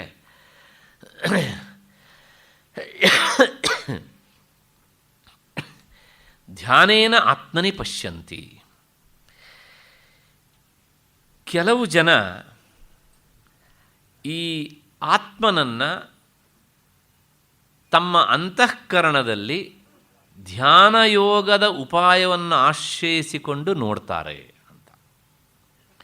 ಅಲ್ಲೊಂದು ಶಬ್ದ ಉಂಟು, ಧ್ಯಾನೇನ ಆತ್ಮನಿ ಪಶ್ಯಂತಿ ಕೇಚಿತ್ ಆತ್ಮಾನಂ ಆತ್ಮನ ಅಂತ. ಅದು ಸಂಶಯ ಬಂದ್ಬಿಡುತ್ತೆ, ಅದಕ್ಕೋಸ್ಕರ ಇವತ್ತು ಇಲ್ಲೇ ಕ್ಲಿಯರ್ ಮಾಡಿಬಿಡ್ತೇನೆ ನಾನು. ಆತ್ಮಾನಂ ಆತ್ಮನ ಅಂತ 2 ಸಲ ಬಂದಿದೆಯಲ್ಲ, ಮೊದಲನೇ ಆತ್ಮ ಅನ್ನೋ ಶಬ್ದಕ್ಕೆ ಏನರ್ಥ, ಎರಡನೇ ಆತ್ಮ ಅನ್ನೋದಕ್ಕೆ ಏನರ್ಥ, ಮತ್ತು ಶ್ಲೋಕದ ಪ್ರಾರಂಭದಲ್ಲಿ ಒಂದುಂಟು ಆತ್ಮನೀ ಅಂತ. ಒಟ್ಟು 3 ಆತ್ಮ ಶಬ್ದಗಳು, ಆತ್ಮನ್ ಶಬ್ದಗಳು ಬಂದಿವೆ ಆ ಶ್ಲೋಕದೊಳಗೆ. ಹಾಗೆ 3ಕ್ಕೂ ಸ್ಪಷ್ಟ ಮಾಡಿಬಿಡ್ತೇನೆ. ಕೆಲವು ಜನರು, ಕೇಚಿತ್ ಅಂದರೆ ಕೆಲವು ಜನರು, ಆತ್ಮನಿ ಅಂದರೆ ತನ್ನ ಅಂತಃಕರಣದಲ್ಲಿ ಅಂತ ಅರ್ಥ. ಆತ್ಮ ಅನ್ನೋದಕ್ಕೆ ಬಹಳಷ್ಟು ಅರ್ಥಗಳಿವೆ. ಇಲ್ಲಿ ಆತ್ಮನಿ ಅನ್ನೋದಕ್ಕೆ ಅರ್ಥ ಏನು? ಆತ್ಮನಿ, ತನ್ನ ಅಂದರೆ ಅಂತಃಕರಣದಲ್ಲಿ ಅಂತ. ಯಾರನ್ನು ನೋಡ್ತಾರೆ? ಆತ್ಮಾನಂ ಪಶ್ಯಂತಿ, ಆತ್ಮನನ್ನು ನೋಡ್ತಾರೆ. ಅಂದರೆ ಆತ್ಮ ಸಾಕ್ಷಾತ್ಕಾರ ಮಾಡಿಕೊಳ್ತಾರೆ. ಹೇಗೆ ಸಾಕ್ಷಾತ್ಕಾರ ಮಾಡಿಕೊಳ್ತಾರೆ ಅಂದರೆ ಆತ್ಮನ. ಆತ್ಮನ ಅನ್ನೋದಕ್ಕೆ ಅರ್ಥ ಏನು ಅಂದರೆ ಈ ಪರಿಶುದ್ಧವಾದ ಅಂತಃಕರಣದಿಂದ, ಅದೇ ಅಂತಃಕರಣದಲ್ಲಿ ನೋಡ್ತಾರೆ ಅಂತ. ಆತ್ಮನ ಪರಿಶುದ್ಧವಾದ ಅಂತಃಕರಣದಿಂದ ಅಂದರೆ ಆತ್ಮ ಸಾಕ್ಷಾತ್ಕಾರ ಆಗುವುದು ಅಂತಃಕರಣದಲ್ಲಿ, ಅದಕ್ಕೆ ಸಾಧನೆಯೂ ಅಂತಃಕರಣವೇ. ಸಾಧನೆಯೂ ಅಂತಃಕರಣ, ಅದಕ್ಕೆ ಆಧಾರವೂ ಅಂತಃಕರಣ. ಇದಿಷ್ಟು ಆ ಶ್ಲೋಕದ ಅರ್ಥ, ಶಬ್ದಶಃ ಅರ್ಥ. ಇನ್ನು ಕೆಲವು ಜನ ಇದ್ದಾರೆ ಸಾಂಖ್ಯಯೋಗನ, ಮತ್ತೆ ಅದನ್ನು ಮುಂದೆ ನೋಡೋಣ. ಸಾಂಖ್ಯಯೋಗ ಅನ್ನೋದು 2ನೇ ಅಧ್ಯಾಯದಲ್ಲಿ ಬಂದಿದೆ, ಆಮೇಲೆ ಮತ್ತೆ ಅದನ್ನು ಹೇಳ್ತೇನೆ. ಹಾಗಿದ್ರೆ ಈ ಧ್ಯಾನ ಅಂದರೆ ಏನು ಅಂತ ಪ್ರಶ್ನೆ. ಧ್ಯಾನ ಅಂದರೆ ಧ್ಯಾನಂ ನಾಮ ಶಬ್ದಾದಿಭ್ಯ ವಿಷಯೇಭ್ಯ ಶ್ರೋತ್ರಾದೀನಿ ಕರಣಾನಿ ಮನಸಿ ಉಪಸಂಹೃತ್ಯ ಮನಶ್ಚ ಪ್ರತ್ಯಕ್ಚೇತ ಇತರಿ ಏಕಾಗ್ರತೆಯ ಯತ್ ತತ್ ಚಿಂತನಂ ಧ್ಯಾನಂ ಅಂತ. ಪತಂಜಲಿ ಮುನಿಗಳು ಒಂದು ವಿವರಣೆಯನ್ನು ಕೊಡ್ತಾರೆ, ತತ್ರ ಪ್ರತ್ಯಯೈಕತಾನತ ಧ್ಯಾನಂ ಅಂತ. ಈ ಧ್ಯಾನದಲ್ಲಿ ಸಾಮಾನ್ಯವಾಗಿ 2 ವಿಧಗಳಿವೆ. ಒಂದು, ನಮ್ಮ ಇಂದ್ರಿಯಗಳೆಲ್ಲ ಹೊರಮುಖವಾಗಿ ಹರಿಬೇಕು, ಹರಿದು ನಮ್ಮ ಇಷ್ಟದೇವತೆಯ ಆಕಾರವನ್ನೇ ನಿರಂತರವಾಗಿ ಚಿಂತನೆ ಮಾಡಬೇಕು, ನಿರಂತರವಾಗಿ ಯೋಚಿಸಬೇಕು. ಇದಕ್ಕೆ ಸಗುಣ ಧ್ಯಾನ ಅಂತಾರೆ. ರಾಮ ಆಗಬಹುದು, ರಾಮನ ವಿಗ್ರಹವನ್ನಿಟ್ಕೊಂಡು ಅದನ್ನೇ ಬಹಳ ಹೊತ್ತು ಚಿಂತನೆ ಮಾಡಿದರೆ, ಯೋಚನೆ ಮಾಡಿದರೆ ಅದಕ್ಕೆ ರಾಮಧ್ಯಾನ ಅಂತ ಹೆಸರು. ಕೃಷ್ಣನ ವಿಗ್ರಹವನ್ನಿಟ್ಕೊಂಡು ಹಾಗೆ ಚಿಂತನೆ ಮಾಡಿದರೆ ಕೃಷ್ಣ ಧ್ಯಾನ. ದೇವಿಯ ವಿಗ್ರಹವನ್ನಿಟ್ಕೊಂಡು ಚಿಂತನೆ ಮಾಡಿದರೆ, ಯೋಚಿಸಿದರೆ ಅದಕ್ಕೆ ದೇವಿಯ ಧ್ಯಾನ ಅಂತ. ಏನಿದ್ರೂ ಈ ಸಗುಣ ಧ್ಯಾನದಲ್ಲಿ ಇಂದ್ರಿಯಗಳೆಲ್ಲ ಆ ಆಕಾರದ ಜೊತೆಗೆ ಒಂದಾಗ್ತಾ ಇರುತ್ತವೆ, ನಿರಂತರ ಹರಿತಾ ಇರುತ್ತದೆ. ಇದು ಸಾಮಾನ್ಯ ಜನರಿಗೆ ಇಷ್ಟವಾಗುವಂಥದ್ದು. ಆದರೆ ಇಲ್ಲಿ ಹೇಳ್ತಾ ಇರುವಂಥ ಧ್ಯಾನ ಇಂಥ ಸಗುಣ ಧ್ಯಾನ ಅಲ್ಲ, ಇದಕ್ಕೆ ನಿರ್ಗುಣ ಧ್ಯಾನ ಅಂತ ಹೆಸರು. ಅದಕ್ಕೋಸ್ಕರಲೇ ಆಚಾರ್ಯ ಶಂಕರರು ಭಗವಂತನ ಮಾತಿಗೆ ಹೀಗೆ ವ್ಯಾಖ್ಯಾನ ಬರೀತಾರೆ, ಶಬ್ದಾದಿಭ್ಯ ವಿಷಯೇಭ್ಯ. ಈ ನಮ್ಮ 5 ಇಂದ್ರಿಯಗಳಿದ್ದಾವಲ್ಲ, ಇವಕ್ಕೆ ಯಾವಾಗಲೂ 5 ಇಂದ್ರಿಯಗಳಿಗೆ 5 ವಸ್ತುಗಳಿದ್ದಾವೆ. ಕಣ್ಣಿಗೆ ರೂಪ, ಕಿವಿಗೆ ಶಬ್ದ, ಚರ್ಮಕ್ಕೆ ಸ್ಪರ್ಶ, ಮೂಗಿಗೆ ವಾಸನೆ, ನಾಲಿಗೆಗೆ ರುಚಿ. ಈ ಶಬ್ದ, ಸ್ಪರ್ಶ, ರೂಪ, ರಸ, ಗಂಧಗಳು ಇಂದ್ರಿಯಗಳಿಗೆ ಆಹಾರ ಆದವುಗಳು. ಇವು ಯಾವಾಗಲೂ ಸಹ ನಾವು ಜಾಗೃತ ಅವಸ್ಥೆಯಲ್ಲಿ ಇದ್ದೇವೆ ಅಂದರೆ ಸಾಕು, ಯಾವುದಾದ್ರೂ ಒಂದು ಇಂದ್ರಿಯ ತನ್ನ ಆಹಾರದ ಬಗ್ಗೆ ಯೋಚನೆ ಮಾಡ್ತಾನೇ ಇರುತ್ತೆ. ಕಣ್ಣು ನೋಡೋದ್ರ ಬಗ್ಗೆ ಇಷ್ಟಪಡುತ್ತೆ, ಸುಮ್ಮನೆ ಕೂತಿರ್ತೇವೆ, ರಿಮೋಟ್ ತಗೊಳ್ತೇವೆ, ಟಿ ವಿ ಆನ್ ಮಾಡ್ತೇವೆ ಅಲ್ವಾ. 1 ತಾಸು ಮನೆ ಸುಮ್ಮನೆ ಕೂತಿರ್ತೇವೆ, ಸುಮ್ಮನೆ ಅಡುಗೆ ಮನೆಗೆ ಹೋಗ್ತೇವೆ, ಅಲ್ಲಿ ಯಾವ ಪಾತ್ರೆಯಲ್ಲಿ ಏನಿದೆ ನೋಡ್ತೇವೆ, ನಾಲ್ಗೆ ಮೇಲೆ ಹಾಕ್ಕೊಳ್ತೇವೆ ಅಲ್ವಾ. ಎಲ್ಲೋ ಎಕ್ಸಿಬಿಷನ್ನಿಗೆ ಹೋಗ್ತೇವೆ, ಸುಮ್ಮನೆ ಕಣ್ಣು ನೋಡುತ್ತೆ, ಅಲ್ಲಿ ಬೋರ್ಡ್ ಹಾಕಿರ್ತಾರೆ ಪ್ಲೀಸ್ ಡೋಂಟ್ ಟಚ್ ಅಂತ. ನಾವು ಅಕ್ಕಪಕ್ಕ ನೋಡ್ತೇವೆ, ಹೀಗೆ ಮುಟ್ತೇವೆ, ಯಾಕೆ? ಸುಖ ಅಲ್ವಾ. ಹೀಗೆ ಈ ಇಂದ್ರಿಯಗಳಿದ್ದಾವಲ್ಲ, ಜ್ಞಾನೇಂದ್ರಿಯಗಳು ಅಥವಾ ಕರ್ಮೇಂದ್ರಿಯ ಯಾವುದಲ್ಲಿ, ಆ ಇಂದ್ರಿಯ ಅರ್ಥಗಳು, ಇಂದ್ರಿಯ ವಸ್ತುಗಳನ್ನು ಬಿಟ್ಟಿರೋದೇ ಇಲ್ಲ ಅವುಗಳ ಸ್ವಭಾವ ಅದು. ಈ ಚತುರ್ಮುಖ ಸೃಷ್ಟಿ ಮಾಡಿದಾಗ ಮಾಡಿದ ದೊಡ್ಡ ತಪ್ಪು ಅದು.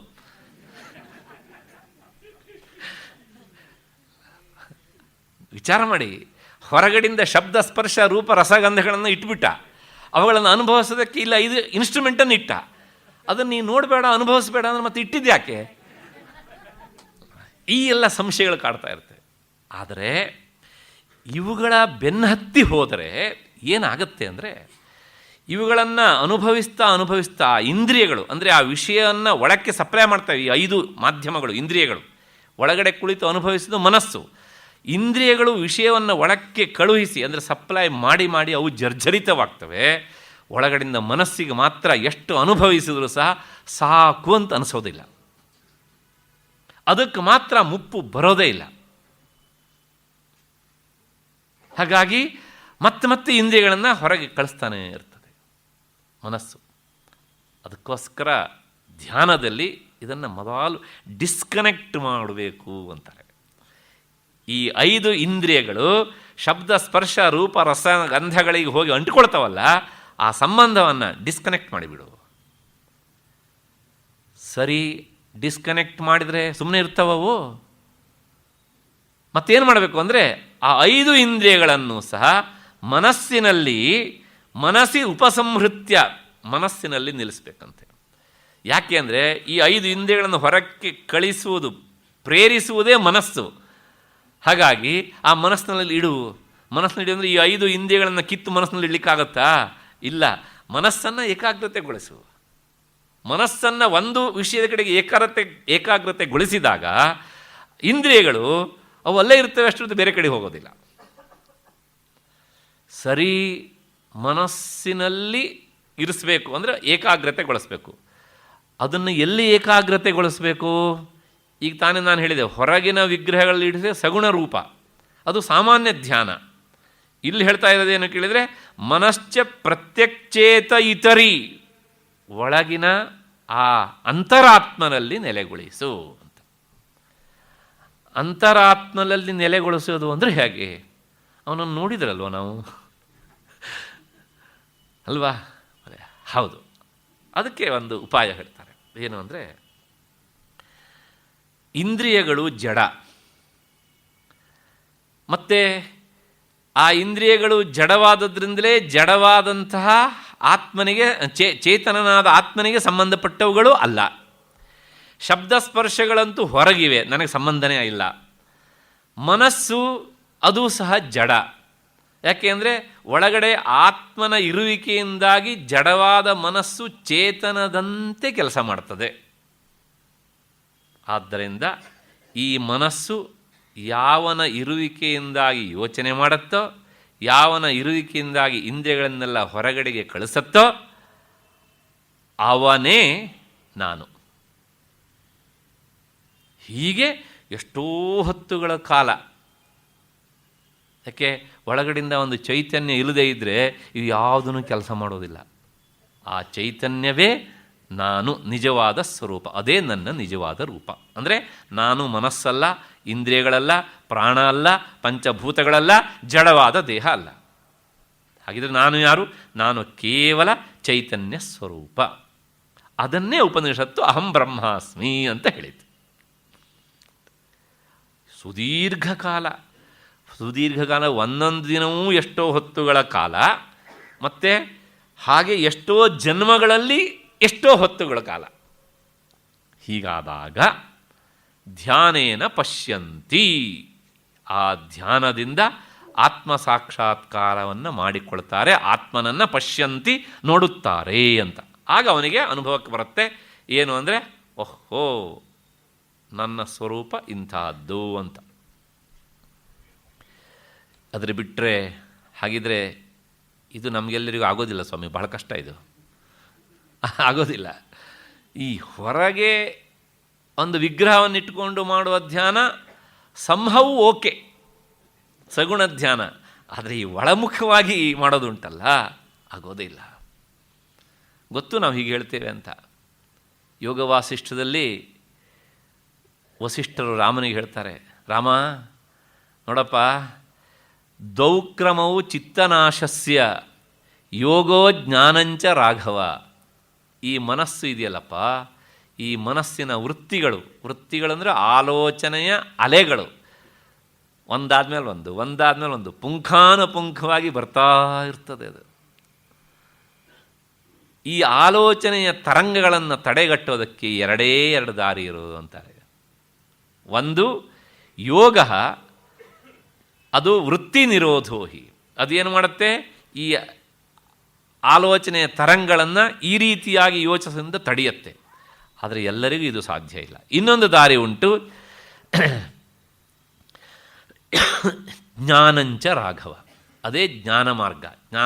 ಮಾರ್ಗ ಅಂದರೆ ಮುಂದೆ ಸಾಂಖ್ಯ ಯೋಗ ಅಂತ ಹೆಸರು ಅದಕ್ಕೆ.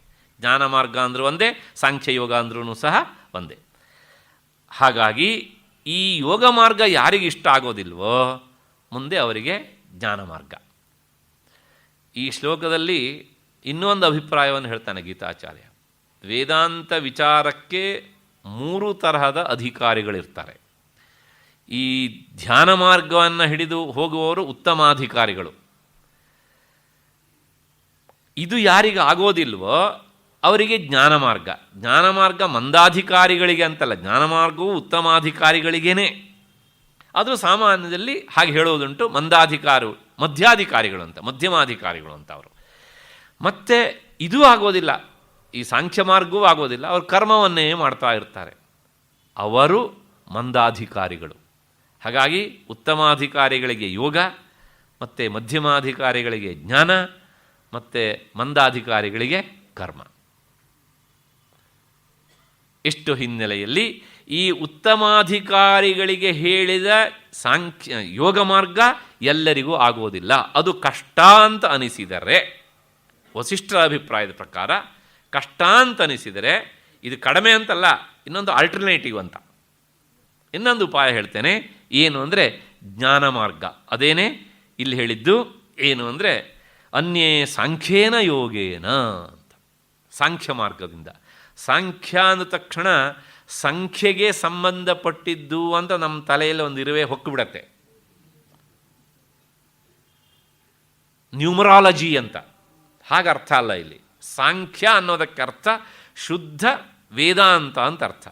ಶುದ್ಧ ಆತ್ಮತತ್ವ ವಿಜ್ಞಾನಂ ಸಾಂಖ್ಯಂ ಇತ್ಯಭಿಧೀಯತೆ. ಅಪ್ಪಟ ವೇದಾಂತ ವಿಚಾರಕ್ಕೆ ಸಾಂಖ್ಯ ಅಂತ ಹೆಸರು. ಹಿಂದೆ 2ನೇ ಅಧ್ಯಾಯದಲ್ಲಿ ಆ ಸ್ಥಿತಪ್ರಜ್ಞನ ಲಕ್ಷಣ ಎಲ್ಲ ಬಂದಿತ್ತು. ಹಾಗಾಗಿಯೇ ಅದಕ್ಕೇನಂತ ಹೆಸರು, ಸಾಂಖ್ಯಯೋಗ ಅಂತ ಹೆಸರು. ಈ ದಾರಿಯಲ್ಲಿ ಹೋಗುವವರು ಹೇಗೆ ವಿಚಾರ ಮಾಡಬೇಕು ಅಂದರೆ, ಧ್ಯಾನದ ಮಾರ್ಗ ಹೀಗಾದರೆ, ಈಗ ಜ್ಞಾನದ ಮಾರ್ಗ ಅಂದರೆ ಸಾಂಖ್ಯ ಮಾರ್ಗ. ಇವರು ಏನು ಮಾಡ್ತಾರೆ ಅಂದರೆ, ಈ ಪ್ರಕೃತಿ, ಸತ್ವ, ರಜಸ್ಸು, ತಮಸ್ಸು, ಈ ಎಲ್ಲ ಗುಣಗಳು ಮತ್ತು ಅವುಗಳಿಂದ ಆಗುವ ಕಾರ್ಯಗಳು ನನ್ನಿಂದ ನೋಡಲ್ಪಡ್ತವೆ. ನಾನು ಇವುಗಳನ್ನು ನೋಡುವವನು. ಹೇಗೆ ಅಂದರೆ, ಈಗ ನೋಡಿ, ಈ ಪೇಪರ್ ಇದೆ, ನಾನು ಇದನ್ನು ನೋಡ್ತೇನೆ. ಮತ್ತು ಇಲ್ಲಿ ಕನ್ನಡಕದ ಗೂಡಿಗಿದೆ, ನಾನು ಇದನ್ನು ನೋಡ್ತೇನೆ. ನೋಡುವವನು ನೋಡಲ್ಪಡುವ ವಸ್ತುಗಳಿಗಿಂತ ಬೇರೆ. ಹಾಗೆ ಈ ದೇಹವನ್ನು ನಾನು ನೋಡ್ತೇನೆ, ಹಾಗಾಗಿ ನನ್ನಿಂದ ನೋಡಲ್ಪಡುವ ದೇಹ ನನಗಿಂತ ಬೇರೆ. ಅಂದರೆ ದೇಹವೇ ನಾನಲ್ಲ. ನೋಡುವುದು ಅಂದರೆ ಅರ್ಥ ಅರಿಯುವುದು ಅಂತ. ಮತ್ತು ನನಗೆ ಕಣ್ಣಿದೆ ಅಂತ ನಾನು ಅರಿತೇನೆ, ಹಾಗಾಗಿ ಕಣ್ಣು ನಾನಲ್ಲ. ನನಗೆ ಕಿವಿ ಇದೆ ಅಂತ ನಾನು ಅರಿತೇನೆ, ಕಿವಿ ನಾನಲ್ಲ. ನನ್ನ ಮನಸ್ಸು ಯೋಚಿಸ್ತಾ ಇದೆ ಅಂತ ನನ್ನ ಬುದ್ಧಿ ವಿಚಾರ ಮಾಡುತ್ತೆ, ಹಾಗಾಗಿ ಮನಸ್ಸು ನಾನಲ್ಲ. ನನ್ನ ಬುದ್ಧಿ ಈಗ ವಿಚಾರ ಮಾಡ್ತಾ ಇದೆ ಅನ್ನೋದು ನನಗೆ ಗೊತ್ತಾಗುತ್ತೆ. ಆ ಗೊತ್ತಾಗುವಾಗ ಅಲ್ಲೊಂದು ನಿರಂತರ ಜ್ಞಾನ, ಒಂದು ಚೈತನ್ಯ ವಸ್ತು ಇರಬೇಕು. ಅದೇ ನನ್ನ ನಿಜವಾದ ರೂಪ. ಹಾಗಾಗಿ ನಾನು ಬುದ್ಧಿಯೂ ಅಲ್ಲ, ಮನಸ್ಸೂ ಅಲ್ಲ, ಯಾವುದಲ್ಲ, ಇದೆಲ್ಲವನ್ನೂ ಸಹ ನೋಡುವವನು. ನೋಡಲ್ಪಡುವ ವಸ್ತು ಆಗುವುದಿಲ್ಲ. ಹೀಗೆ ಈ ರೀತಿಯಾಗಿ ಬಿಡಿಸಿ ಬಿಡಿಸಿ ಬಿಡಿಸಿ ಬಿಡಿಸಿ ನಿರಂತರ ವಿಚಾರ ಮಾಡೋದಕ್ಕೆ ಸಾಂಖ್ಯ ಯೋಗ ಅಂತ ಹೆಸರು. ಯೋಗ ಅಂದರೆ ಉಪಾಯ, ಅಂದರೆ ಜ್ಞಾನದ ಮೂಲಕ ಆತ್ಮನನ್ನು ಕಂಡುಕೊಳ್ಳುವ ಉಪಾಯ ಅಂತ ಅರ್ಥ. ಇದು ಕಷ್ಟ. ಯಾಕೆಂದರೆ ನನ್ನನ್ನು ನಾನು ನೋಡ್ಕೊಳ್ಳೋದು ಅಂದರೆ ನಮ್ಮ ಕನ್ನಡಿ ಇದ್ದಾಗ ಮಾತ್ರ ಸಾಧ್ಯ ಅಂತ ಅನಿಸ್ಬಿಟ್ಟಿದೆ. ಅಲ್ವಾ? ಜ್ಞಾನಿಯಾದವನು, ಆ ಉತ್ಕಟವಾದ ಸಾಧನೆ ಮಾಡುವವನು, ಅವನು ಕನ್ನಡಿ ಇಲ್ಲದೇ ತನ್ನನ್ನು ತಾನು ನೋಡ್ಕೊಳ್ತಾನೆ. ತಾನು ನೋಡುವವನೇ ಅಷ್ಟೇ ಹೊರತೂ ಸಹ ತಾನು ನೋಡಲ್ಪಡುವವನಲ್ಲ. ಈ ನಿಖರವಾದ ಜ್ಞಾನ ಅವನಿಗಿರ್ತದೆ. ನಮಗೆ ಅದೂ ಸಹ ಬರುವುದಿಲ್ಲ. ಹಾಗಾಗಿ ನಾವು ಈ ದಾರಿಯಲ್ಲಿ ಹೋಗೋದಕ್ಕೂ ಸಹ ಎಷ್ಟರ ಮಟ್ಟಿಗೆ ಯೋಗ್ಯರು ಅಂತ ನಮಗೆ ನಾವು ಪ್ರಶ್ನೆ ಹಾಕ್ಕೊಳ್ಬೇಕು. ಅದರ ಜೊತೆಗೆ ನಾನು ಪದೇ ಪದೇ ಹೇಳಿದ್ದೇನೆ, ಆ ಮಾತನ್ನು ಇನ್ನೊಮ್ಮೆ ನೆನಪಿ ತರ್ತೇನೆ. ಈ ಎರಡೂ ಮಾರ್ಗಗಳಿದ್ದಾವಲ್ಲ, ಎಸ್ಪೆಷಲಿ ಎರಡನೇದು ಜ್ಞಾನ ಮಾರ್ಗ, ಅದೊಂದು ಹೆಚ್ಚು ಕಷ್ಟ. ಯಾಕೆ ಅಂದರೆ ತಲೆಯಲ್ಲಿ ಒಂಥರ ಇರುವೆ ಬಿಟ್ಕೊಂಡಾಗೇನೆ ಅವನಿಗೆ ಯಾವಾಗಲೂ ಅದ್ರ ಬಗ್ಗೆ ಯೋಚನೆ ಮಾಡ್ತಾನೇ ಇರಬೇಕು. ಯೋಚನೆ ಮಾಡೋದೇ ಕೆಲವು ಜನರಿಗೆ ಆಗೋದಿಲ್ಲ. ಅದೇ ದೊಡ್ಡ ಕಷ್ಟ, ದೊಡ್ಡ ಪನಿಷ್ಮೆಂಟ್ ಅದು. ಹಾಗಾಗಿ ವಿಚಾರ ಮಾರ್ಗ, ಜ್ಞಾನ ಮಾರ್ಗ ಅದು ಕಷ್ಟ, ಅದು ಸಹ ಎಲ್ಲರಿಗೂ ಆಗೋದಿಲ್ಲ. ಹಾಗಿದ್ರೆ ಇದ್ರ ಬಿಟ್ಟರೆ ಬೇರೆ ದಾರಿ ಇಲ್ವಾ ಅಂದರೆ ಗೀತಾಚಾರ್ಯ ಹೇಳ್ತಾನೆ, ಕರ್ಮಯೋಗೇನ ಚಾಪರೇ. ಇನ್ನು ಕೆಲವು ಜನ ಇದ್ದಾರೆ, ಅವರು ಕರ್ಮಯೋಗವನ್ನು ಆಶ್ರಯಿಸಿಕೊಂಡು ಆತ್ಮ ಸಾಕ್ಷಾತ್ಕಾರ ಮಾಡಿಕೊಳ್ತಾರೆ. ಅಲ್ಲ, ಕರ್ಮ ಮಾಡಿದ ತಕ್ಷಣ ಅದು ಮತ್ತೆ ಹುಟ್ಟಿಗೆ ಕಾರಣವಾಗ್ತದಲ್ಲ ಸ್ವಾಮಿ, ಮತ್ತು ಗೀತಾಚಾರ್ಯ ಹೀಗೆ ಹೇಳ್ತಾನೆ ಅಂದರೆ ಹೌದು. ಈಗ ಕರ್ಮದ ಇನ್ನೊಂದು ಮುಖವನ್ನು ನಾವು ತಿಳ್ಕೊಳ್ಬೇಕು. ಕರ್ಮದಲ್ಲಿ 3 ತರಹದ ಕರ್ಮಗಳು. ಆಗ ಹೇಳಿದ್ದು ಅದು ಬೇರೆ, ಅದು ಪ್ರಾರಬ್ಧ ಮತ್ತು ಸಂಚಿತ ಮತ್ತು ಆಗಾಮಿ. ಇದು ಈ ಜನ್ಮದಲ್ಲಿ ಅಥವಾ ಹಿಂದಿನ ಜನ್ಮದಲ್ಲಿ ನಾವು ಮಾಡಿದ ಕರ್ಮಗಳ ಪಟ್ಟಿ, ಅದರ ಕರ್ಮಗಳ ಸ್ವರೂಪ ಅಲ್ಲ. ಕರ್ಮದ ಸ್ವರೂಪ ಹೇಗೆ ಅಂದರೆ 3 ತರಹದ ಕರ್ಮಗಳಿವೆ. ಒಂದು ನಿತ್ಯ ಕರ್ಮ, ನಿತ್ಯವೂ ಮಾಡಲೇಬೇಕಾದದ್ದು. ಇನ್ನೊಂದು ನೈಮಿತ್ತಿಕ ಕರ್ಮ, ನೈಮಿತ್ತಿಕ ಯಾವುದೋ ಒಂದು ನಿಮಿತ್ತದಿಂದಾಗಿ ನಾವು ಮಾಡ್ತೇವೆ.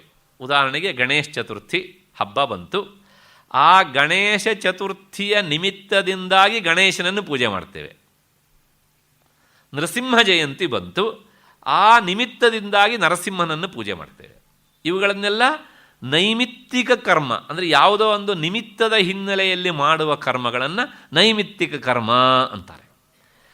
ಆದರೆ ಸ್ವಾರಸ್ಯ ಏನು ಗೊತ್ತಾ, ನಮಗೆ ನಿತ್ಯ ಕರ್ಮದ ಬಗ್ಗೆ ಮೊದಲನೇ ಆಸಕ್ತಿ ಇರೋದಿಲ್ಲ. ನಿತ್ಯ ಕರ್ಮ ಅಂದರೆ ಪ್ರತಿ ದಿನವೂ ಮಾಡಬೇಕು. ನಿತ್ಯವೂ ಮಾಡುವ ಕರ್ಮ ನಿತ್ಯ ಕರ್ಮ. ನಿತ್ಯವೂ ಮಾಡುವ ಕರ್ಮ ಕೆಲವು ಇದೆ ನಮಗೆ. 2 ಹೊತ್ತು ತಪ್ಪದೆ ಊಟ, ಮತ್ತು ಸಾಧ್ಯ ಆದರೆ ವಾಕಿಂಗು, ಮತ್ತು ಔಷಧ ಸೇವನೆ, ಮತ್ತು ಟಿ ವಿ ನೋಡೋದು, ಮತ್ತು ಹರಟೆ ಕಟ್ಟೆ, ಇವೇ ನಮ್ಮ ನಿತ್ಯ ಕರ್ಮಗಳಾಗಿಬಿಟ್ಟಿವೆ. ಆದರೆ ಇವು ಯಾವ ನಿತ್ಯ ಕರ್ಮ ಅಲ್ಲ. ನಿತ್ಯ ಕರ್ಮ ಅಂದರೆ ಆ ಕಾಲಕ್ಕೆ ಸರಿಯಾಗಿ ಮಾಡುವಂಥದ್ದು. ಯಾಕೆಂದರೆ ಈ ನಿತ್ಯ ಕರ್ಮಗಳನ್ನು ಮಾಡದೇ ಇದ್ದರೆ ನಮಗೆ ಹಿಂದಿನ ಜನ್ಮದಿಂದ ಕೆಲವು ನಾವು ಕ್ಯಾರಿ ಓವರ್ ಮಾಡ್ಕೊಂಡು ಬಂದಿರ್ತೇವೆ, ಅದರ ಕ್ಷಯ ಆಗೋದಿಲ್ಲ. ಯಾಕೆಂದರೆ ಜಾಯಮಾನೋ ವೈ ಬ್ರಾಹ್ಮಣ ತ್ರಿಭಿರ್ಣವಾನ್ ಭವತಿ ಯಜ್ಞೇನ ದೇವೇಭ್ಯ ಪ್ರಜಯಾ ಪಿತೃಭ್ಯ. ಮತ್ತು ಅಧ್ಯಯನದಿಂದ ಋಷಿಗಳು. ಪ್ರತಿಯೊಬ್ಬ ಮನುಷ್ಯನು 3 ತರಹದ ಋಣಗಳನ್ನು ಕಟ್ಕೊಂಡು ಬಂದಿರ್ತಾನೆ. ಸಾಲಗಾರನಾಗಿಯೇ ಹುಟ್ಟಿರ್ತಾನೆ. ನಾವೇನು ಹೊಸದಾಗಿ ಬ್ಯಾಂಕಲ್ಲಿ ಸಾಲ ಮಾಡಬೇಕಾದಿಲ್ಲ. ಯಾವ್ಯಾವುದು ಅಂದರೆ, ಒಂದು, ನಾವು ಹಿಂದಿನ ಜನ್ಮದಲ್ಲೂ ಇದ್ವಿ. ಯಾಕೆಂದರೆ ಈ ಜನ್ಮ ಬಂದಿದ್ದರಿಂದಲೇ ಅದು ಗೊತ್ತಾಗುತ್ತೆ, ಹಿಂದೆ ನಮಗೊಂದು ಜನ್ಮ ಇತ್ತು ಅಂತ. ಆ ಜನ್ಮದಲ್ಲೂ ನಾವು ಅಷ್ಟೋ ಎಷ್ಟೋ ಅಧ್ಯಯನ ಮಾಡಿರ್ತೇವೋ ಇಲ್ವೋ? ಆ ಅಧ್ಯಯನ ಅಂದರೆ ಜ್ಞಾನ ರಾಶಿ, ಅದನ್ನು ಕೊಟ್ಟವರು ಋಷಿ ಮುನಿಗಳು ಹೌದಾ ಅಲ್ವೋ? ಹೌದು. ಮತ್ತು ಅವರಿಗೆ ನಾವು ಏನು ಕೊಟ್ವಿ? ಏನೂ ಕೊಡಲಿಲ್ಲ. ಅವರಿಗೆ ಕೊಡೋದು ಅಂದರೆ ಏನು? ಅವರಿಂದ ಪಡೆದುಕೊಂಡಂತಹ ಜ್ಞಾನರಾಶಿಯನ್ನು ಮತ್ತೆ ಮತ್ತೆ ಓದುವುದೇ ರೀಪೇಮೆಂಟ್. ಹಾಗಾಗಿ ನೀನು ವೇದವನ್ನು ಓದಲಿಕ್ಕಾದರೆ ಓದು, ಅವಕಾಶ ಇದ್ದರೆ. ಅದಿಲ್ಲದೇ ಇದ್ದರೆ ವೇದದ ಅರ್ಥವನ್ನು ಹೇಳಲಿಕ್ಕೆ ಹೊರಟಂಥ ರಾಮಾಯಣ, ಮಹಾಭಾರತ, ಬ್ರಹ್ಮಸೂತ್ರ, ಉಪನಿಷತ್ತು ಮತ್ತು ಗೀತೆ, ಇವುಗಳನ್ನು ಓದು. ಇದನ್ನು ಓದ್ತೇವೋ ನಾವು? ಓದೋದಿಲ್ಲ. ಹಾಗಾಗಿ ಅಲ್ಲಿಗೇನು ಹೇಳಂಗಾಯಿತು? ಆ ಋಷಿಗಳ ಋಣ ಅನ್ನೋದು ನಮ್ಮ ತಲೆ ಮೇಲೆ ಇದೆ. ನಂಬರ್ 1 ಋಣ ಹೊತ್ಕೊಂಡು ಬಂದಿದ್ದೀವಿ ನಾವು. ಇದ್ರ ಜೊತೆಗೆ ಇದಿಷ್ಟು ಸಾಲದು ಅಂದರೆ ಇನ್ನೊಂದು ಋಣ ಮಾಡ್ತೀವಿ ನಾವು. ಏನು ಅಂದರೆ ಪ್ರಜಯಾ ಪಿತೃಭ್ಯ. ಮತ್ತು ನಮಗೆ ಜನ್ಮ ಕೊಟ್ಟಂತಹ ತಂದೆ ತಾಯಿಗಳು ಇದ್ದಾರೆ, ಅವರು ಗತಿಸಿ ಹೋದರು. ಪ್ರತಿಯೊಬ್ಬ ಮನುಷ್ಯನೂ ಸಾಯುವಾಗ ಜ್ಞಾನಿಯಾಗಿಯೇ ಹೋಗ್ತಾನೆ ಅಂತಿಲ್ಲ. ಅವರೂ ಸಹ ಸಾಂಸಾರಿಕವಾದಂತಹ ಈ ಮೋಹದ ಚಕ್ರಕ್ಕೆ ಸಿಲುಕಿ, ಅಯ್ಯೋ ನನಗೆ ಮೊಮ್ಮಕ್ಕಳು ನೋಡಬೇಕಿತ್ತು, ಸಾಧ್ಯ ಆದರೆ ಮರಿ ಮೊಮ್ಮಗನನ್ನು ನೋಡಿ ಅವನಿಂದಾಗಿ ಒಂದು ಕನಕಾಭಿಷೇಕನೂ ಮಾಡಿಸ್ಕೊಳ್ಬೇಕಿತ್ತು ಅಂತೆಲ್ಲ ಕಾಮನೆಗಳಿರ್ತದೆ ಮನುಷ್ಯನಿಗೆ ಅಲ್ವಾ? ಹಾಗೆಯೇ ನಮ್ಮ ತಂದೆ ತಾಯಿಯರಿಗೂ ಸಹ ಇಂತಹ ಕಾಮನೆಗಳು ಇದ್ದಿರಬಹುದು. ಕೆಲವು ಜನ ನೇರವಾಗಿ ಹೇಳ್ತಾರೆ, ಕೆಲವು ಜನ ಹೇಳೋದಿಲ್ಲ. ಅಂಥವರ ಕಾಮನೆಯನ್ನು ಪೂರ್ತಿ ಮಾಡುವುದಕ್ಕೆ ಏನು ವ್ಯವಸ್ಥೆ ಅಂದರೆ, ಕೊನೇ ಪಕ್ಷ ನಾನು ಸತ್ತ ಮೇಲೆ ನನ್ನ ವಂಶ ಮುಂದುವರಿತದೆ ಅಂತ ಅವರಿಗೊಂದು ಭರವಸೆ, ಒಂದು ಬಾಂಡ್ ಪೇಪರ್ ಬರ್ಕೊಡ್ಬೇಕು ನಾವು. ಅದೇ ಏನು ಕೇಳಿದ್ರೆ, ನಾವು ಮಕ್ಕಳನ್ನು ಪಡೆಯೋದು. ಪ್ರಜೆಯ ಪಿತೃಭ್ಯ, ನಾವು ಸಂತತಿಯನ್ನು ಪಡೆದಾಗ ನಮಗೆ ಜನ್ಮ ಕೊಟ್ಟ ತಂದೆ ತಾಯಿಯರಿಗೆ ಸಂತೋಷವಾಗ್ತದಂತೆ. ಆಗ ಆ ಋಣದಿಂದ ನಾವು ಬಿಡಿಸಿಕೊಳ್ಳೋದಕ್ಕೆ ಆಗುತ್ತೆ. ಇಷ್ಟು ಆದ ಮೇಲೆ ಮತ್ತೆ ನಿನ್ನೆ ದಿವಸ ನಾನು ಹೇಳಿದ್ದೆ, ಈ ದೇಹ ಅಂದರೆ ಯದ್ಯಪಿ ಜಡ, ಆದರೆ ಈ ಜಡವಾದ ದೇಹದಲ್ಲಿ ಒಂದೊಂದು ಇಂದ್ರಿಯಕ್ಕೆ ಒಂದೊಂದು ಅಭಿಮಾನಿ ದೇವತೆಗಳಿದ್ದಾರೆ ಅಂತೆ. ಈ ಎಲ್ಲ ದೇವತೆಗಳನ್ನು ಬಳಸ್ಕೊಂಡಲ್ವ ನಾವು ಈ ದೇಹವನ್ನು ದುಡಿಸೋದು, ದೇಹದಿಂದ ಲಾಭವನ್ನು ಪಡೆಯೋದು. ಹಾಗಾಗಿ ಈ ದೇವತೆಗಳ ಋಣವೂ ನಮ್ಮ ಮೇಲೆ ಇದೆ. ಅದನ್ನು ತೀರಿಸ್ಬೇಕಲ್ಲ ನಾವು. ಅದನ್ನು ತೀರಿಸೋದಕ್ಕೆ ಪ್ರತಿದಿನವೂ ನೀನು ಒಂದಿಷ್ಟು ಹೊತ್ತು ಭಗವಂತನ ಪೂಜೆಯನ್ನು ಮಾಡು. ಈ ಮೂರು ತರಹದ ಅಂದರೆ ಒಂದು ದೇವಋಣ, ಪಿತೃಋಣ ಮತ್ತು ಋಷಿಋಣ, ಈ ಮೂರು ಋಣಗಳಿಂದ ಬಿಡಿಸಿಕೊಳ್ಳೋದಕ್ಕೋಸ್ಕರ ನಾವು ನಿತ್ಯ ಕರ್ಮವನ್ನು ಮಾಡಲೇಬೇಕು. ಈ ನಿತ್ಯ ಕರ್ಮವನ್ನು ಮಾಡಿದಾಗ ನಾವು ಋಣಮುಕ್ತರಾದಾಗ ಸಹಜವಾಗಿ ಸಾಲವನ್ನು ಮಾಡಿದವನು ಸಾಲ ತೀರಿಸಿದಾಗ ಆಗುವ ಸಂತೋಷಕ್ಕೆ ನಾವು ಏನಂತ ಬೆಲೆ ಕಟ್ಟೋದಕ್ಕಾಗುತ್ತೆ. ಆಗ ಮನಸ್ಸು ಶುದ್ಧವಾಗುತ್ತೆ ನಿತ್ಯ ಕರ್ಮವನ್ನು ಮಾಡುವುದರಿಂದ. ಒಂದು ಮತ್ತು ಇನ್ನೊಂದು ಒಳಿತು ಕೊನೆಯದು, ಆ ಕಾಮ್ಯಕರ್ಮಗಳು ಅಂತ. ಆ ಕಾಮ್ಯಕರ್ಮಗಳು ಅಂದರೆ ಅವು ಫಲವನ್ನು ಕೊಡೋದಕ್ಕೋಸ್ಕರ. ನಮಗೆ ದುರ್ದೈವ ಅಂದರೆ ನಿತ್ಯ ಕರ್ಮವೂ ಇಷ್ಟ ಇಲ್ಲ, ನೈಮಿತ್ಯ ಕರ್ಮವೂ ಪರವಾಗಿಲ್ಲ, ಪಕ್ಕದ ಮನೆಯವರೆಲ್ಲ ಮಾಡ್ತಾರೆ ಅಂತ ನಾವು ಮಾಡ್ತೇವೆ. ಅದು ನಿತ್ಯ ಕರ್ಮ ಹಾಗಲ್ಲ, ಅಯ್ಯೋ ಅವ್ರು ಮಾಡ್ಕೊಂಡು ಹೋಗಲಿ ಬಿಡ್ರಿ, ನಮಗೆ ಯಾಕೆ ಅಂತ. ಇನ್ನು ಕಾಮ್ಯಕರ್ಮಗಳು, ಈ ವ್ರತ ಕಥೆಗಳೆಲ್ಲ ಬರ್ತಾವಲ್ಲ, ಸತ್ಯನಾರಾಯಣ ಪೂಜೆ, ಸತ್ಯ ಗಣಪತಿ ಪೂಜೆ, ಏನೇನೋ, ಮತ್ತು ವೈಭವ ಲಕ್ಷ್ಮಿ ಪೂಜೆ ಎಲ್ಲ ಹೀಗೆ, ಅವುಗಳನ್ನೆಲ್ಲ ಬಹಳ ಶ್ರದ್ಧೆಯಿಂದ ಮಾಡ್ತೇವೆ. ನಾವು ಶ್ರದ್ಧೆಯಿಂದ ಮಾಡ್ತೇವೆ, ಆದರೆ ಇವೆಲ್ಲವೂ ಸಹ ಬಂಗಾರದ ಪಂಜರ. ಯಾಕೆಂದರೆ ಎಲ್ಲೆಲ್ಲಿ ಕಾಮ್ಯಕರ್ಮಗಳನ್ನು ನಾವು ಮಾಡ್ತೇವೋ ಆ ಎಲ್ಲ ಕಾಮ್ಯಕರ್ಮಗಳು ಮತ್ತು ಪುನಃ ನಮಗೆ ಒಳ್ಳೆಯದಾದರೆ ಪುಣ್ಯ, ಕೆಟ್ಟದ್ದಾದರೆ ಪಾಪ ಕೊಟ್ಟೇ ಕೊಡ್ತವೆ. ಹಾಗಾಗಿ ಅದನ್ನು ಅನುಭವಿಸೋದಕ್ಕೆ ಜನ್ಮ ಎತ್ತಲೇಬೇಕು. ಹಾಗಾಗಿ ಈ ಅಧ್ಯಾತ್ಮದ ದಾರಿಯಲ್ಲಿ ಸಾಗಬೇಕು ಅನ್ನುವ ಉತ್ಕಟ ಇಚ್ಛೆ ಇರುವ ಸಾಧಕ ಕಾಮ್ಯಕರ್ಮಗಳನ್ನು ಬಿಡಬೇಕು. ನಿತ್ಯ ಕರ್ಮಗಳನ್ನು ಮತ್ತು ನೈಮಿತ್ತಿಕ ಕರ್ಮಗಳನ್ನು ಮಾತ್ರ ಮಾಡಬೇಕು. ಕರ್ಮ ಅನ್ನೋದಕ್ಕೆ ಅರ್ಥ ಸಾಮಾನ್ಯವಾದ ಅರ್ಥ ಕೆಲಸ ಅಂತ ಅರ್ಥ. ಆದರೆ ವೇದಾಂತದಲ್ಲಿ ವಿಶೇಷವಾಗಿ ಕರ್ಮ ಅನ್ನೋದಕ್ಕೆ ಅರ್ಥ ಯಾವುದು ನಮ್ಮ ಮನಸ್ಸನ್ನು ಶುದ್ಧ ಮಾಡುತ್ತೋ, ಅಲ್ಲಿರುವ ಕೊಳೆಯನ್ನು ತೆಗೆದುಹಾಕಿ ಅದನ್ನು ಪ್ಯೂರಿಫೈ ಮಾಡುತ್ತೋ ಅದಕ್ಕೆ ಕರ್ಮ ಅಂತ ಹೆಸರು. ಹಾಗಾಗಿ ಈ ನಿತ್ಯ ಕರ್ಮವನ್ನು ದಿನವೂ ಮಾಡುವುದರಿಂದ ಮನಸ್ಸಿಗೆ ಅಂಟಿದ ಕೊಳೆ ನಿವಾರಣೆ ಆಗ್ತದೆ. ಯಾವ ಕೊಳೆ ಹೇಳಿದ್ನಲ್ಲ, 3 ತರಹದ ಋಣ ಪರಿಹಾರ. ಆಗ ಮನಸ್ಸು ಶುದ್ಧವಾಗ್ತದೆ. ಮನಸ್ಸು ಶುದ್ಧವಾಗ್ತದೆ ಅಂದರೆ ಕನ್ನಡಿಯ ಮೇಲಿನ ಕೊಳೆ ಒರೆಸಿ ಹೋದ ಆಗ ಶುದ್ಧ ಆಗುವ ಹಾಗೆ ಅದು ಶುದ್ಧವಾಗ್ತದೆ. ಆಗ ಆತ್ಮ ವಸ್ತುವಿನ ಪ್ರತಿಫಲನ ಆಗ್ತದೆ. ಹಾಗೆ ಅಂದರೆ ಜ್ಞಾನ, ಆ ಶುದ್ಧ ಆಗುವಿಕೆಯೇ ಜ್ಞಾನ. ಕೇವಲ ಕರ್ಮಯೋಗದಿಂದ ನೇರ ಮೋಕ್ಷ ಆಗೋದಿಲ್ಲ, ಕರ್ಮದಿಂದ ಸತ್ವಶುದ್ಧಿ. ಸತ್ವಶುದ್ಧಿ ಅಂದರೆ ಸತ್ವಗುಣದ ಉತ್ಕರ್ಷೆ. ಸತ್ವಗುಣದ ಉತ್ಕರ್ಷೆಯಿಂದ ಏನಾಗುತ್ತೆ ಅಂದರೆ ಜ್ಞಾನ, ಜ್ಞಾನದಿಂದ ಮೋಕ್ಷ. ಹೀಗೆ ಕರ್ಮಯೋಗದಿಂದಲೂ ಆತ್ಮ ಸಾಕ್ಷಾತ್ಕಾರ ಮಾಡಿಕೊಳ್ಳಬಹುದು. ಅಲ್ಲಿಗೆ ಈ 3 ತರಹದ ದಾರಿಯನ್ನು ಗೀತಾಚಾರ್ಯ ಈ ಶ್ಲೋಕದಲ್ಲಿ ಹೇಳ್ತಾನೆ. ಧ್ಯಾನೇನಾತ್ಮನಿ ಪಶ್ಯಂತಿ ಕೇಚಿತ್ ಆತ್ಮಾನಂ ಆತ್ಮನ. ಇಷ್ಟು ಆದ ಮೇಲೆ ಮತ್ತೆ ಇಲ್ಲಿ ಒಂದು ಸಂಶಯ ಬರುತ್ತದೆ. ಏನು ಅಂದರೆ, ಇನ್ನು ಕೆಲವು ಜನ ಇದ್ದೇವೆ ನಾವು, ನಮಗೆ ಧ್ಯಾನ ಯೋಗ ಆಗೋದೇ ಇಲ್ಲ, ಮತ್ತು ಸಾಂಖ್ಯ ಯೋಗನೂ ಆಗೋದಿಲ್ಲ, ಕರ್ಮಯೋಗ ನಿತ್ಯವೂ ಕರ್ಮ ಮಾಡಲಿಕ್ಕೆ ಆಗೋದಿಲ್ಲ, ಹಾಗಾಗಿ ಕರ್ಮಯೋಗವೂ ಆಗೋದಿಲ್ಲ. ಹಾಗಿದ್ದರೆ ಸಾಮಾನ್ಯ ಜನರಿಗೆ ಮೋಕ್ಷದ ಬಯಕೆ ಇರೋದೇ ತಪ್ಪ, ಅವರಿಗೆ ಏನು ದಾರಿ ಅಂತ ಇನ್ನೊಂದು ಪ್ರಶ್ನೆ. ಈ ಪ್ರಶ್ನೆ ಕೇವಲ ನಮ್ಮದೊಂದೇ ಅಲ್ಲ, ಆ ಕಾಲದಲ್ಲೇ ಅರ್ಜುನ ಕೇಳಿದ್ದ ಅಂತ ಕಾಣುತ್ತೆ. ಅದಕ್ಕೋಸ್ಕರಲೇ ಗೀತಾಚಾರ್ಯ ಈ 25ನೇ ಶ್ಲೋಕವನ್ನು ನಮ್ಮಂಥವರಿಗೋಸ್ಕರಲೇ ಇರಿಸಿದ್ದಾನೆ. ಏನು ಅಂದರೆ, ಅನ್ಯೇತ್ಯೇವಂ ಅಜಾನಂತಹ ಶ್ರುತ್ವಾ ಅನ್ಯೇಭ್ಯ ಉಪಾಸತೆ ತೇಪಿ ಚಾತಿ ತರಂತೇವ ಮೃತ್ಯುಂ ಶ್ರುತಿ ಪರಾಯಣಾಃ. ಏನು ಇದರ ಅರ್ಥ ಅಂದರೆ, ಇನ್ನು ಕೆಲವು ಜನ ಇದ್ದಾರೆ, ಅವರು ಹೀಗೆ ಈ ಮೂರೂ ಮಾರ್ಗಗಳಲ್ಲೂ ಸಹ ಆತ್ಮನನ್ನು ಅರಿಯಬಹುದು ಎನ್ನುವುದು ಅವರಿಗೆ ಗೊತ್ತಿಲ್ಲ. ಈ ಮೂರು ದಾರಿಯಲ್ಲೂ ಹೋಗಲಿಕ್ಕೆ ಅವರು ಅಸಮರ್ಥರು. ಅಂಥವರು ಆಚಾರ್ಯರ ಮೂಲಕ ಅಥವಾ ಜ್ಞಾನಿಗಳ ಬಳಿ ಸಾರಿ ಅವರ ಹತ್ತಿರ ಕುಳಿತು ಅವರು ಹೇಳಿದಂಥ ವಿಚಾರವನ್ನು ಕೇಳಿಕೊಂಡು ಸಗುಣ ದೇವತೆಯನ್ನು ಆರಾಧನೆ ಮಾಡ್ತಾ ಹೋಗ್ತಾರೆ. ಮತ್ತು ಪರೋಪದೇಶವನ್ನೇ ಪ್ರಮಾಣವಾಗಿ ಇಟ್ಟುಕೊಂಡು ಅವರು ಸಹ ಕ್ರಮಕ್ರಮವಾಗಿ ಮೃತ್ಯು ಅಂದರೆ ಸಾವನ್ನು ಗೆಲ್ಲೋದು ಅಂದರೆ ಮೋಕ್ಷ ಪಡೆಯೋದು ಅಂತ ಅರ್ಥ. ಮೋಕ್ಷವನ್ನು ಪಡಿತಾರೆ, ಆತ್ಮ ಸಾಕ್ಷಾತ್ಕಾರ ಮಾಡಿಕೊಳ್ತಾರೆ. ಲೋಕದಲ್ಲಿ ಬಹಳಷ್ಟು ಜನ ಈ ಗುಂಪಿಗೂ ಬರ್ತಾರೆ, ಇನ್ನೂ ಬಹಳಷ್ಟು ಜನ ಈ ಗುಂಪಿಗೂ ಬರೋದಿಲ್ಲ. ಏನು ಹೇಳ್ತಾನೆ? ಅತ್ಯಂತ ಮಹತ್ವ ಉಳ್ಳಂಥ ಶ್ಲೋಕ. ಒಬ್ಬ ಜ್ಞಾನಿಗಾಗಲಿ ಅಥವಾ ಒಬ್ಬ ಸಾಮಾಜಿಕ ಹೊಣೆಗಾರಿಕೆ ಇರುವಂಥ ವ್ಯಕ್ತಿಗಾಗಲಿ ಇರುವಂಥ ಒಂದು ಕಳಕಳಿಯ ಭಾವನೆ ಏನು ಹೇಗಿರ್ತದೆ ಅನ್ನೋದನ್ನು ಗೀತಾಚಾರ್ಯ ಈ ಶ್ಲೋಕದ ಮೂಲಕ ತಿಳಿಸಿಕೊಡ್ತಾನೆ. ಯಾರಾದರೂ ಕೇಳಬಹುದು, ಅಲ್ಲ, ಉತ್ತಮ ಅಧಿಕಾರಿಗೆ ದಾರಿಯನ್ನು ಹೇಳಿದೆ, ಮಧ್ಯಮ ಅಧಿಕಾರಿಗಳಿಗೂ ದಾರಿ ಹೇಳಿದೆ, ಮಂದಾಧಿಕಾರಿಗಳಿಗೂ ದಾರಿಯನ್ನು ಹೇಳಿದೆ, ಆದರೆ ನಮ್ಮಂಥವ್ರ ಮಂದ ಥರ ಅಧಿಕಾರಿಗಳಿದ್ದೇವೆ.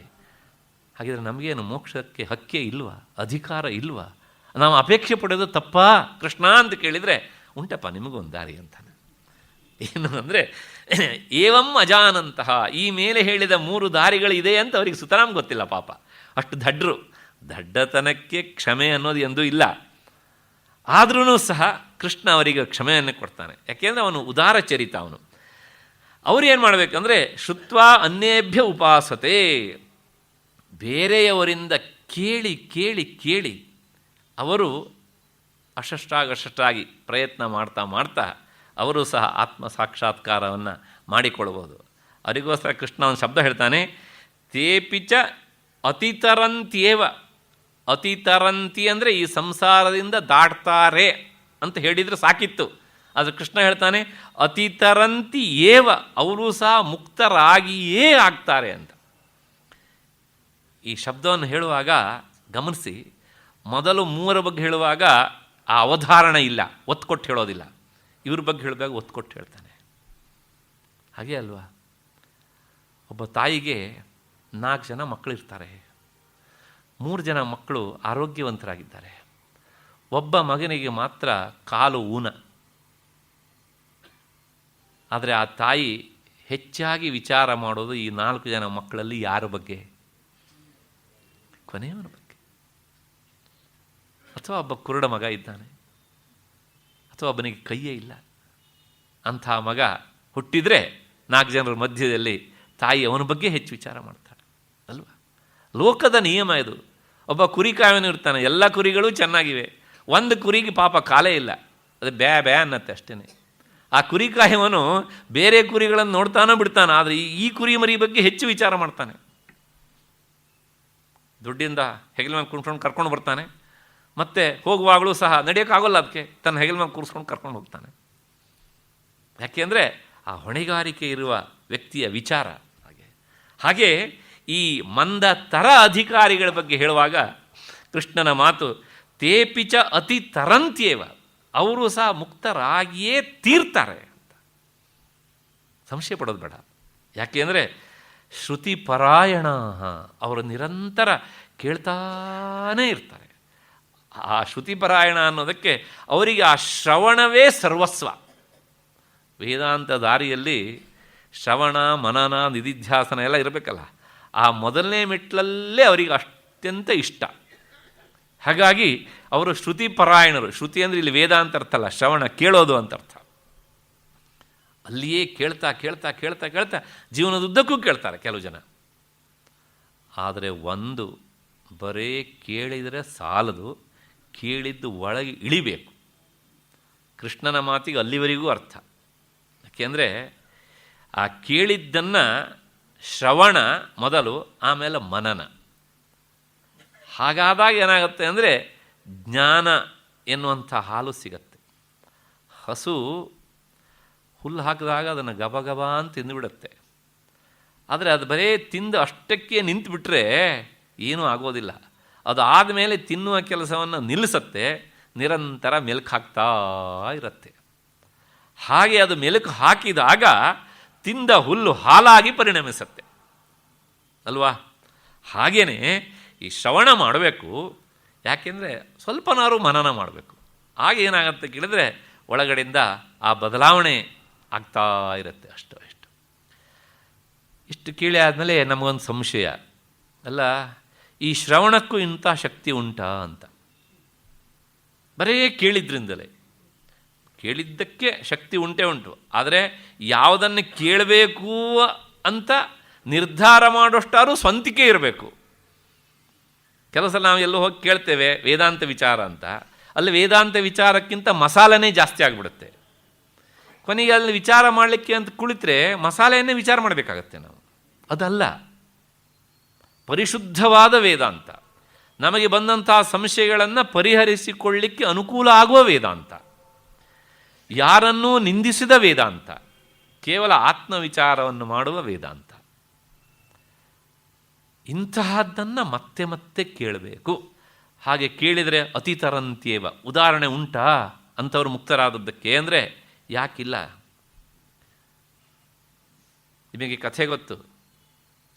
ಪರೀಕ್ಷಿತನಿಗೆ ಶೃಂಗಿ ಮಹರ್ಷಿಯ ಶಮೀಕ ಮುನಿಯ ಮಗ ಶೃಂಗಿ ಶಾಪ ಕೊಟ್ಟ, ಸರ್ಪ ಕಚ್ಚಿ ಸಾಯಿ ನೀನು ಅಂತ.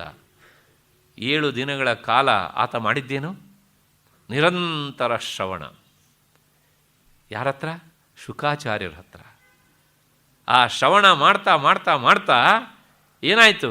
ಅವನ ಮನಸ್ಸು ಆ ಸತ್ವಸ್ಥಿತಿಗೆ ಹೋಗಿ ನಿಂತು ಬಿಡ್ತು. ಮತ್ತು ಕೊನೆಗೆ ಆ ತಕ್ಷಕ ಬಂದು ಕಚ್ಚುವುದರ ಒಳಗಾಗಿ ಯೋಗಾರೂಢನಾಗಿ ದೇಹ ಬಿಟ್ಟಿದ್ದ. ಆಮೇಲೆ ತಕ್ಷಕ ಬಂದು ಕಚ್ಚಿದ್ದು ಯಾರನ್ನು? ಪರೀಕ್ಷಿತನಲ್ಲ, ಪರೀಕ್ಷಿತನ ಜಡ ದೇಹವನ್ನು, ಕಟ್ಟಿಗೆ ಕೊರಡಿನಂತಾದ ದೇಹವನ್ನು ಕಚ್ಚಿದ. ಯಾಕೆ? ಹಾಗೆ ಶಾಪ. ಅದಕ್ಕೋಸ್ಕರ ಶಾಪ ಪಾಲನೆ ಆಗಬೇಕಲ್ಲ. ನೀನು ಕಚ್ಚಿ ಸಾಯಿ ಅಲ್ಲ, ನೀನು ಸತ್ತ ಮೇಲೆ ಕಚ್ಚಲಿ ಅಂತ ಆಯಿತು ಅಷ್ಟೇ. ಶ್ರವಣಕ್ಕೆ ಇರುವಂತಹ ಶಕ್ತಿ, ಹಾಗೆ ನಾವು ಅದನ್ನು ಅಲ್ಲಗಳಿದ್ದಕ್ಕೆ ಸಾಧ್ಯ ಇಲ್ಲ. ಅದಕ್ಕೋಸ್ಕರ ವೇದಾಂತಲ್ಲಿ ಮೊಟ್ಟ ಮೊದಲ ಸೋಪಾನ ಶ್ರೋತವ್ಯೋ ಮಂತವ್ಯೋ ನಿಧಿಧ್ಯಾಸಿತವ್ಯ ಅಂತ. ಇಷ್ಟು ಹೇಳಿದರೂ ನಮಗೆ ಸಂಶಯ ಬಂದುಬಿಡ್ತದೆ. ಅಲ್ಲರಿ, ನಿಜವಾಗಿಯೂ ಈ ಶ್ರವಣಕ್ಕೆ ಇಷ್ಟು ಶಕ್ತಿ ಉಂಟಾ? ಆ ಶಬ್ದಕ್ಕಿರುವ ಶಕ್ತಿ ಅಪಾರವಾದದ್ದು. ಒಂದು ಸಲ ಒಬ್ಬ ಗುರುಗಳು ವೇದಾಂತ ಪಾಠ ಹೇಳ್ತಾ ಇದ್ರಂತೆ. ಒಬ್ಬ ಅಧಿಕಾರಿ ಬಂದನಂತೆ. ಸ್ವಲ್ಪ ಹೊತ್ತು ಕೇಳಿದ. ಆದರೆ ಆ ಮನಸ್ಸಿಗೆ ವೇದಾಂತದ ಸಂಸ್ಕಾರವೇ ಇಲ್ಲ. ಈ ಜನ್ಮದಲ್ಲೂ ಇಲ್ಲ, ಹಿಂದಿನ ಜನ್ಮದಲ್ಲೂ ಇಲ್ಲ. ಕೇಳಿ ಆದಮೇಲೆ ಅವನಿಗೆ ಆಲೋಚನೆ ಬಂತಲ್ಲ, ಇವರು ಏನು ಹೇಳಿದ್ರು, ಇವರು ಏನು ಕೇಳಿದ್ರು, ಏನು ಅರ್ಥ ಆಯ್ತಪ್ಪ, ಇದರಿಂದ ಏನಾದರೂ ಪ್ರಯೋಜನ ಇದೆಯಾ ಅಂತ. ಅಷ್ಟಕ್ಕೆ ನಿಲ್ಲಲಿಲ್ಲ ಅವನ ಮೂರ್ಖತನ. ನೇರವಾಗಿ ಅವ್ರ ಹತ್ರ ಕೇಳಿಬಿಟ್ಟ, ನೀವು ಹೇಳಿದ್ರಲ್ಲ ಇದರಿಂದ ಏನಾದರೂ ಪ್ರಯೋಜನ ಇದೆಯಾ ಅಂತ. ಅವರು ತುಂಬ ಎತ್ತರಕ್ಕೇರಿದವರು. ತಕ್ಷಣ ಶಿಷ್ಯನಿಗೆ ಹೇಳಿದ್ರಂತೆ, ಇವರನ್ನು ಆಶ್ರಮದಿಂದ ಆಚೆ ದಬ್ಬು ಅಂತ. ಶಿಷ್ಯ ಹಾಗೆ ನೋಡ್ತಿದ್ದ. ಎಂದೂ ಹೇಳದೇ ಇರುವಂತಹ ಮಾತನ್ನು ಇವತ್ತು ಗುರುಗಳು ಹೀಗೆ ಹೇಳಿದ್ರಲ್ಲ, ಯಾಕೆ? ಅವನಿಗೆ ಗೊತ್ತಾಗಲಿಲ್ಲ ತಕ್ಷಣಕ್ಕೆ. ಆಗ ತಕ್ಷಣ ಈತ ಹೇಳಿದಂತೆ, ಏನಂದರೆ ನನ್ನನ್ನು ಆಚೆ ದಬ್ಬು ಅಂದ್ರ ನಾನೇನು ಸಾಮಾನ್ಯದವರು ಅಂದ್ಕೊಂಡ್ರ? ನಿಮ್ಮನ್ನು ಎತ್ತಿ ಬಿಸಾಡಿಬಿಡ್ತೇನೆ ನಿಮ್ಮ ಆಶ್ರಮವನ್ನು, ಹಾಗೆ ಹೀಗೆ ಅಂತ ಜೋರಾಗಿ ಕೂಗಾಡೋಕ್ಕೆ ಶುರು ಮಾಡಿದ. ತಕ್ಷಣ ಗುರುಗಳು ಹೇಳಿದಂತೆ, ನಾನು ನಿನ್ನನ್ನು ಆಚೆ ದಬ್ಬಿಸ್ಲಿಲ್ಲ, ಆಚೆ ದಬ್ಬು ಅಂತ ಹೇಳಿದ್ರಿಂದಲೇ ನಿಮ್ಮಲ್ಲಿ ಎಷ್ಟೆಲ್ಲ ಏನಾಯಿತು ಹೇಳಿ? ಬದಲಾವಣೆಗಳಾಗ್ಬಿಟ್ಟು ಅಲ್ವಾ? ಇದೆಲ್ಲ ಆದದ್ದು ಯಾವುದರಿಂದ? ಕೇವಲ ಶಬ್ದದಿಂದ. ಹೌದು ತಾನೆ? ಈ ವೈಪರೀತ್ಯಕ್ಕೆ ಕಾರಣ ಏನು? ನಾನು ಹೇಳಿದ ಶಬ್ದ ನೀವು ಕೇಳಿದ್ದು.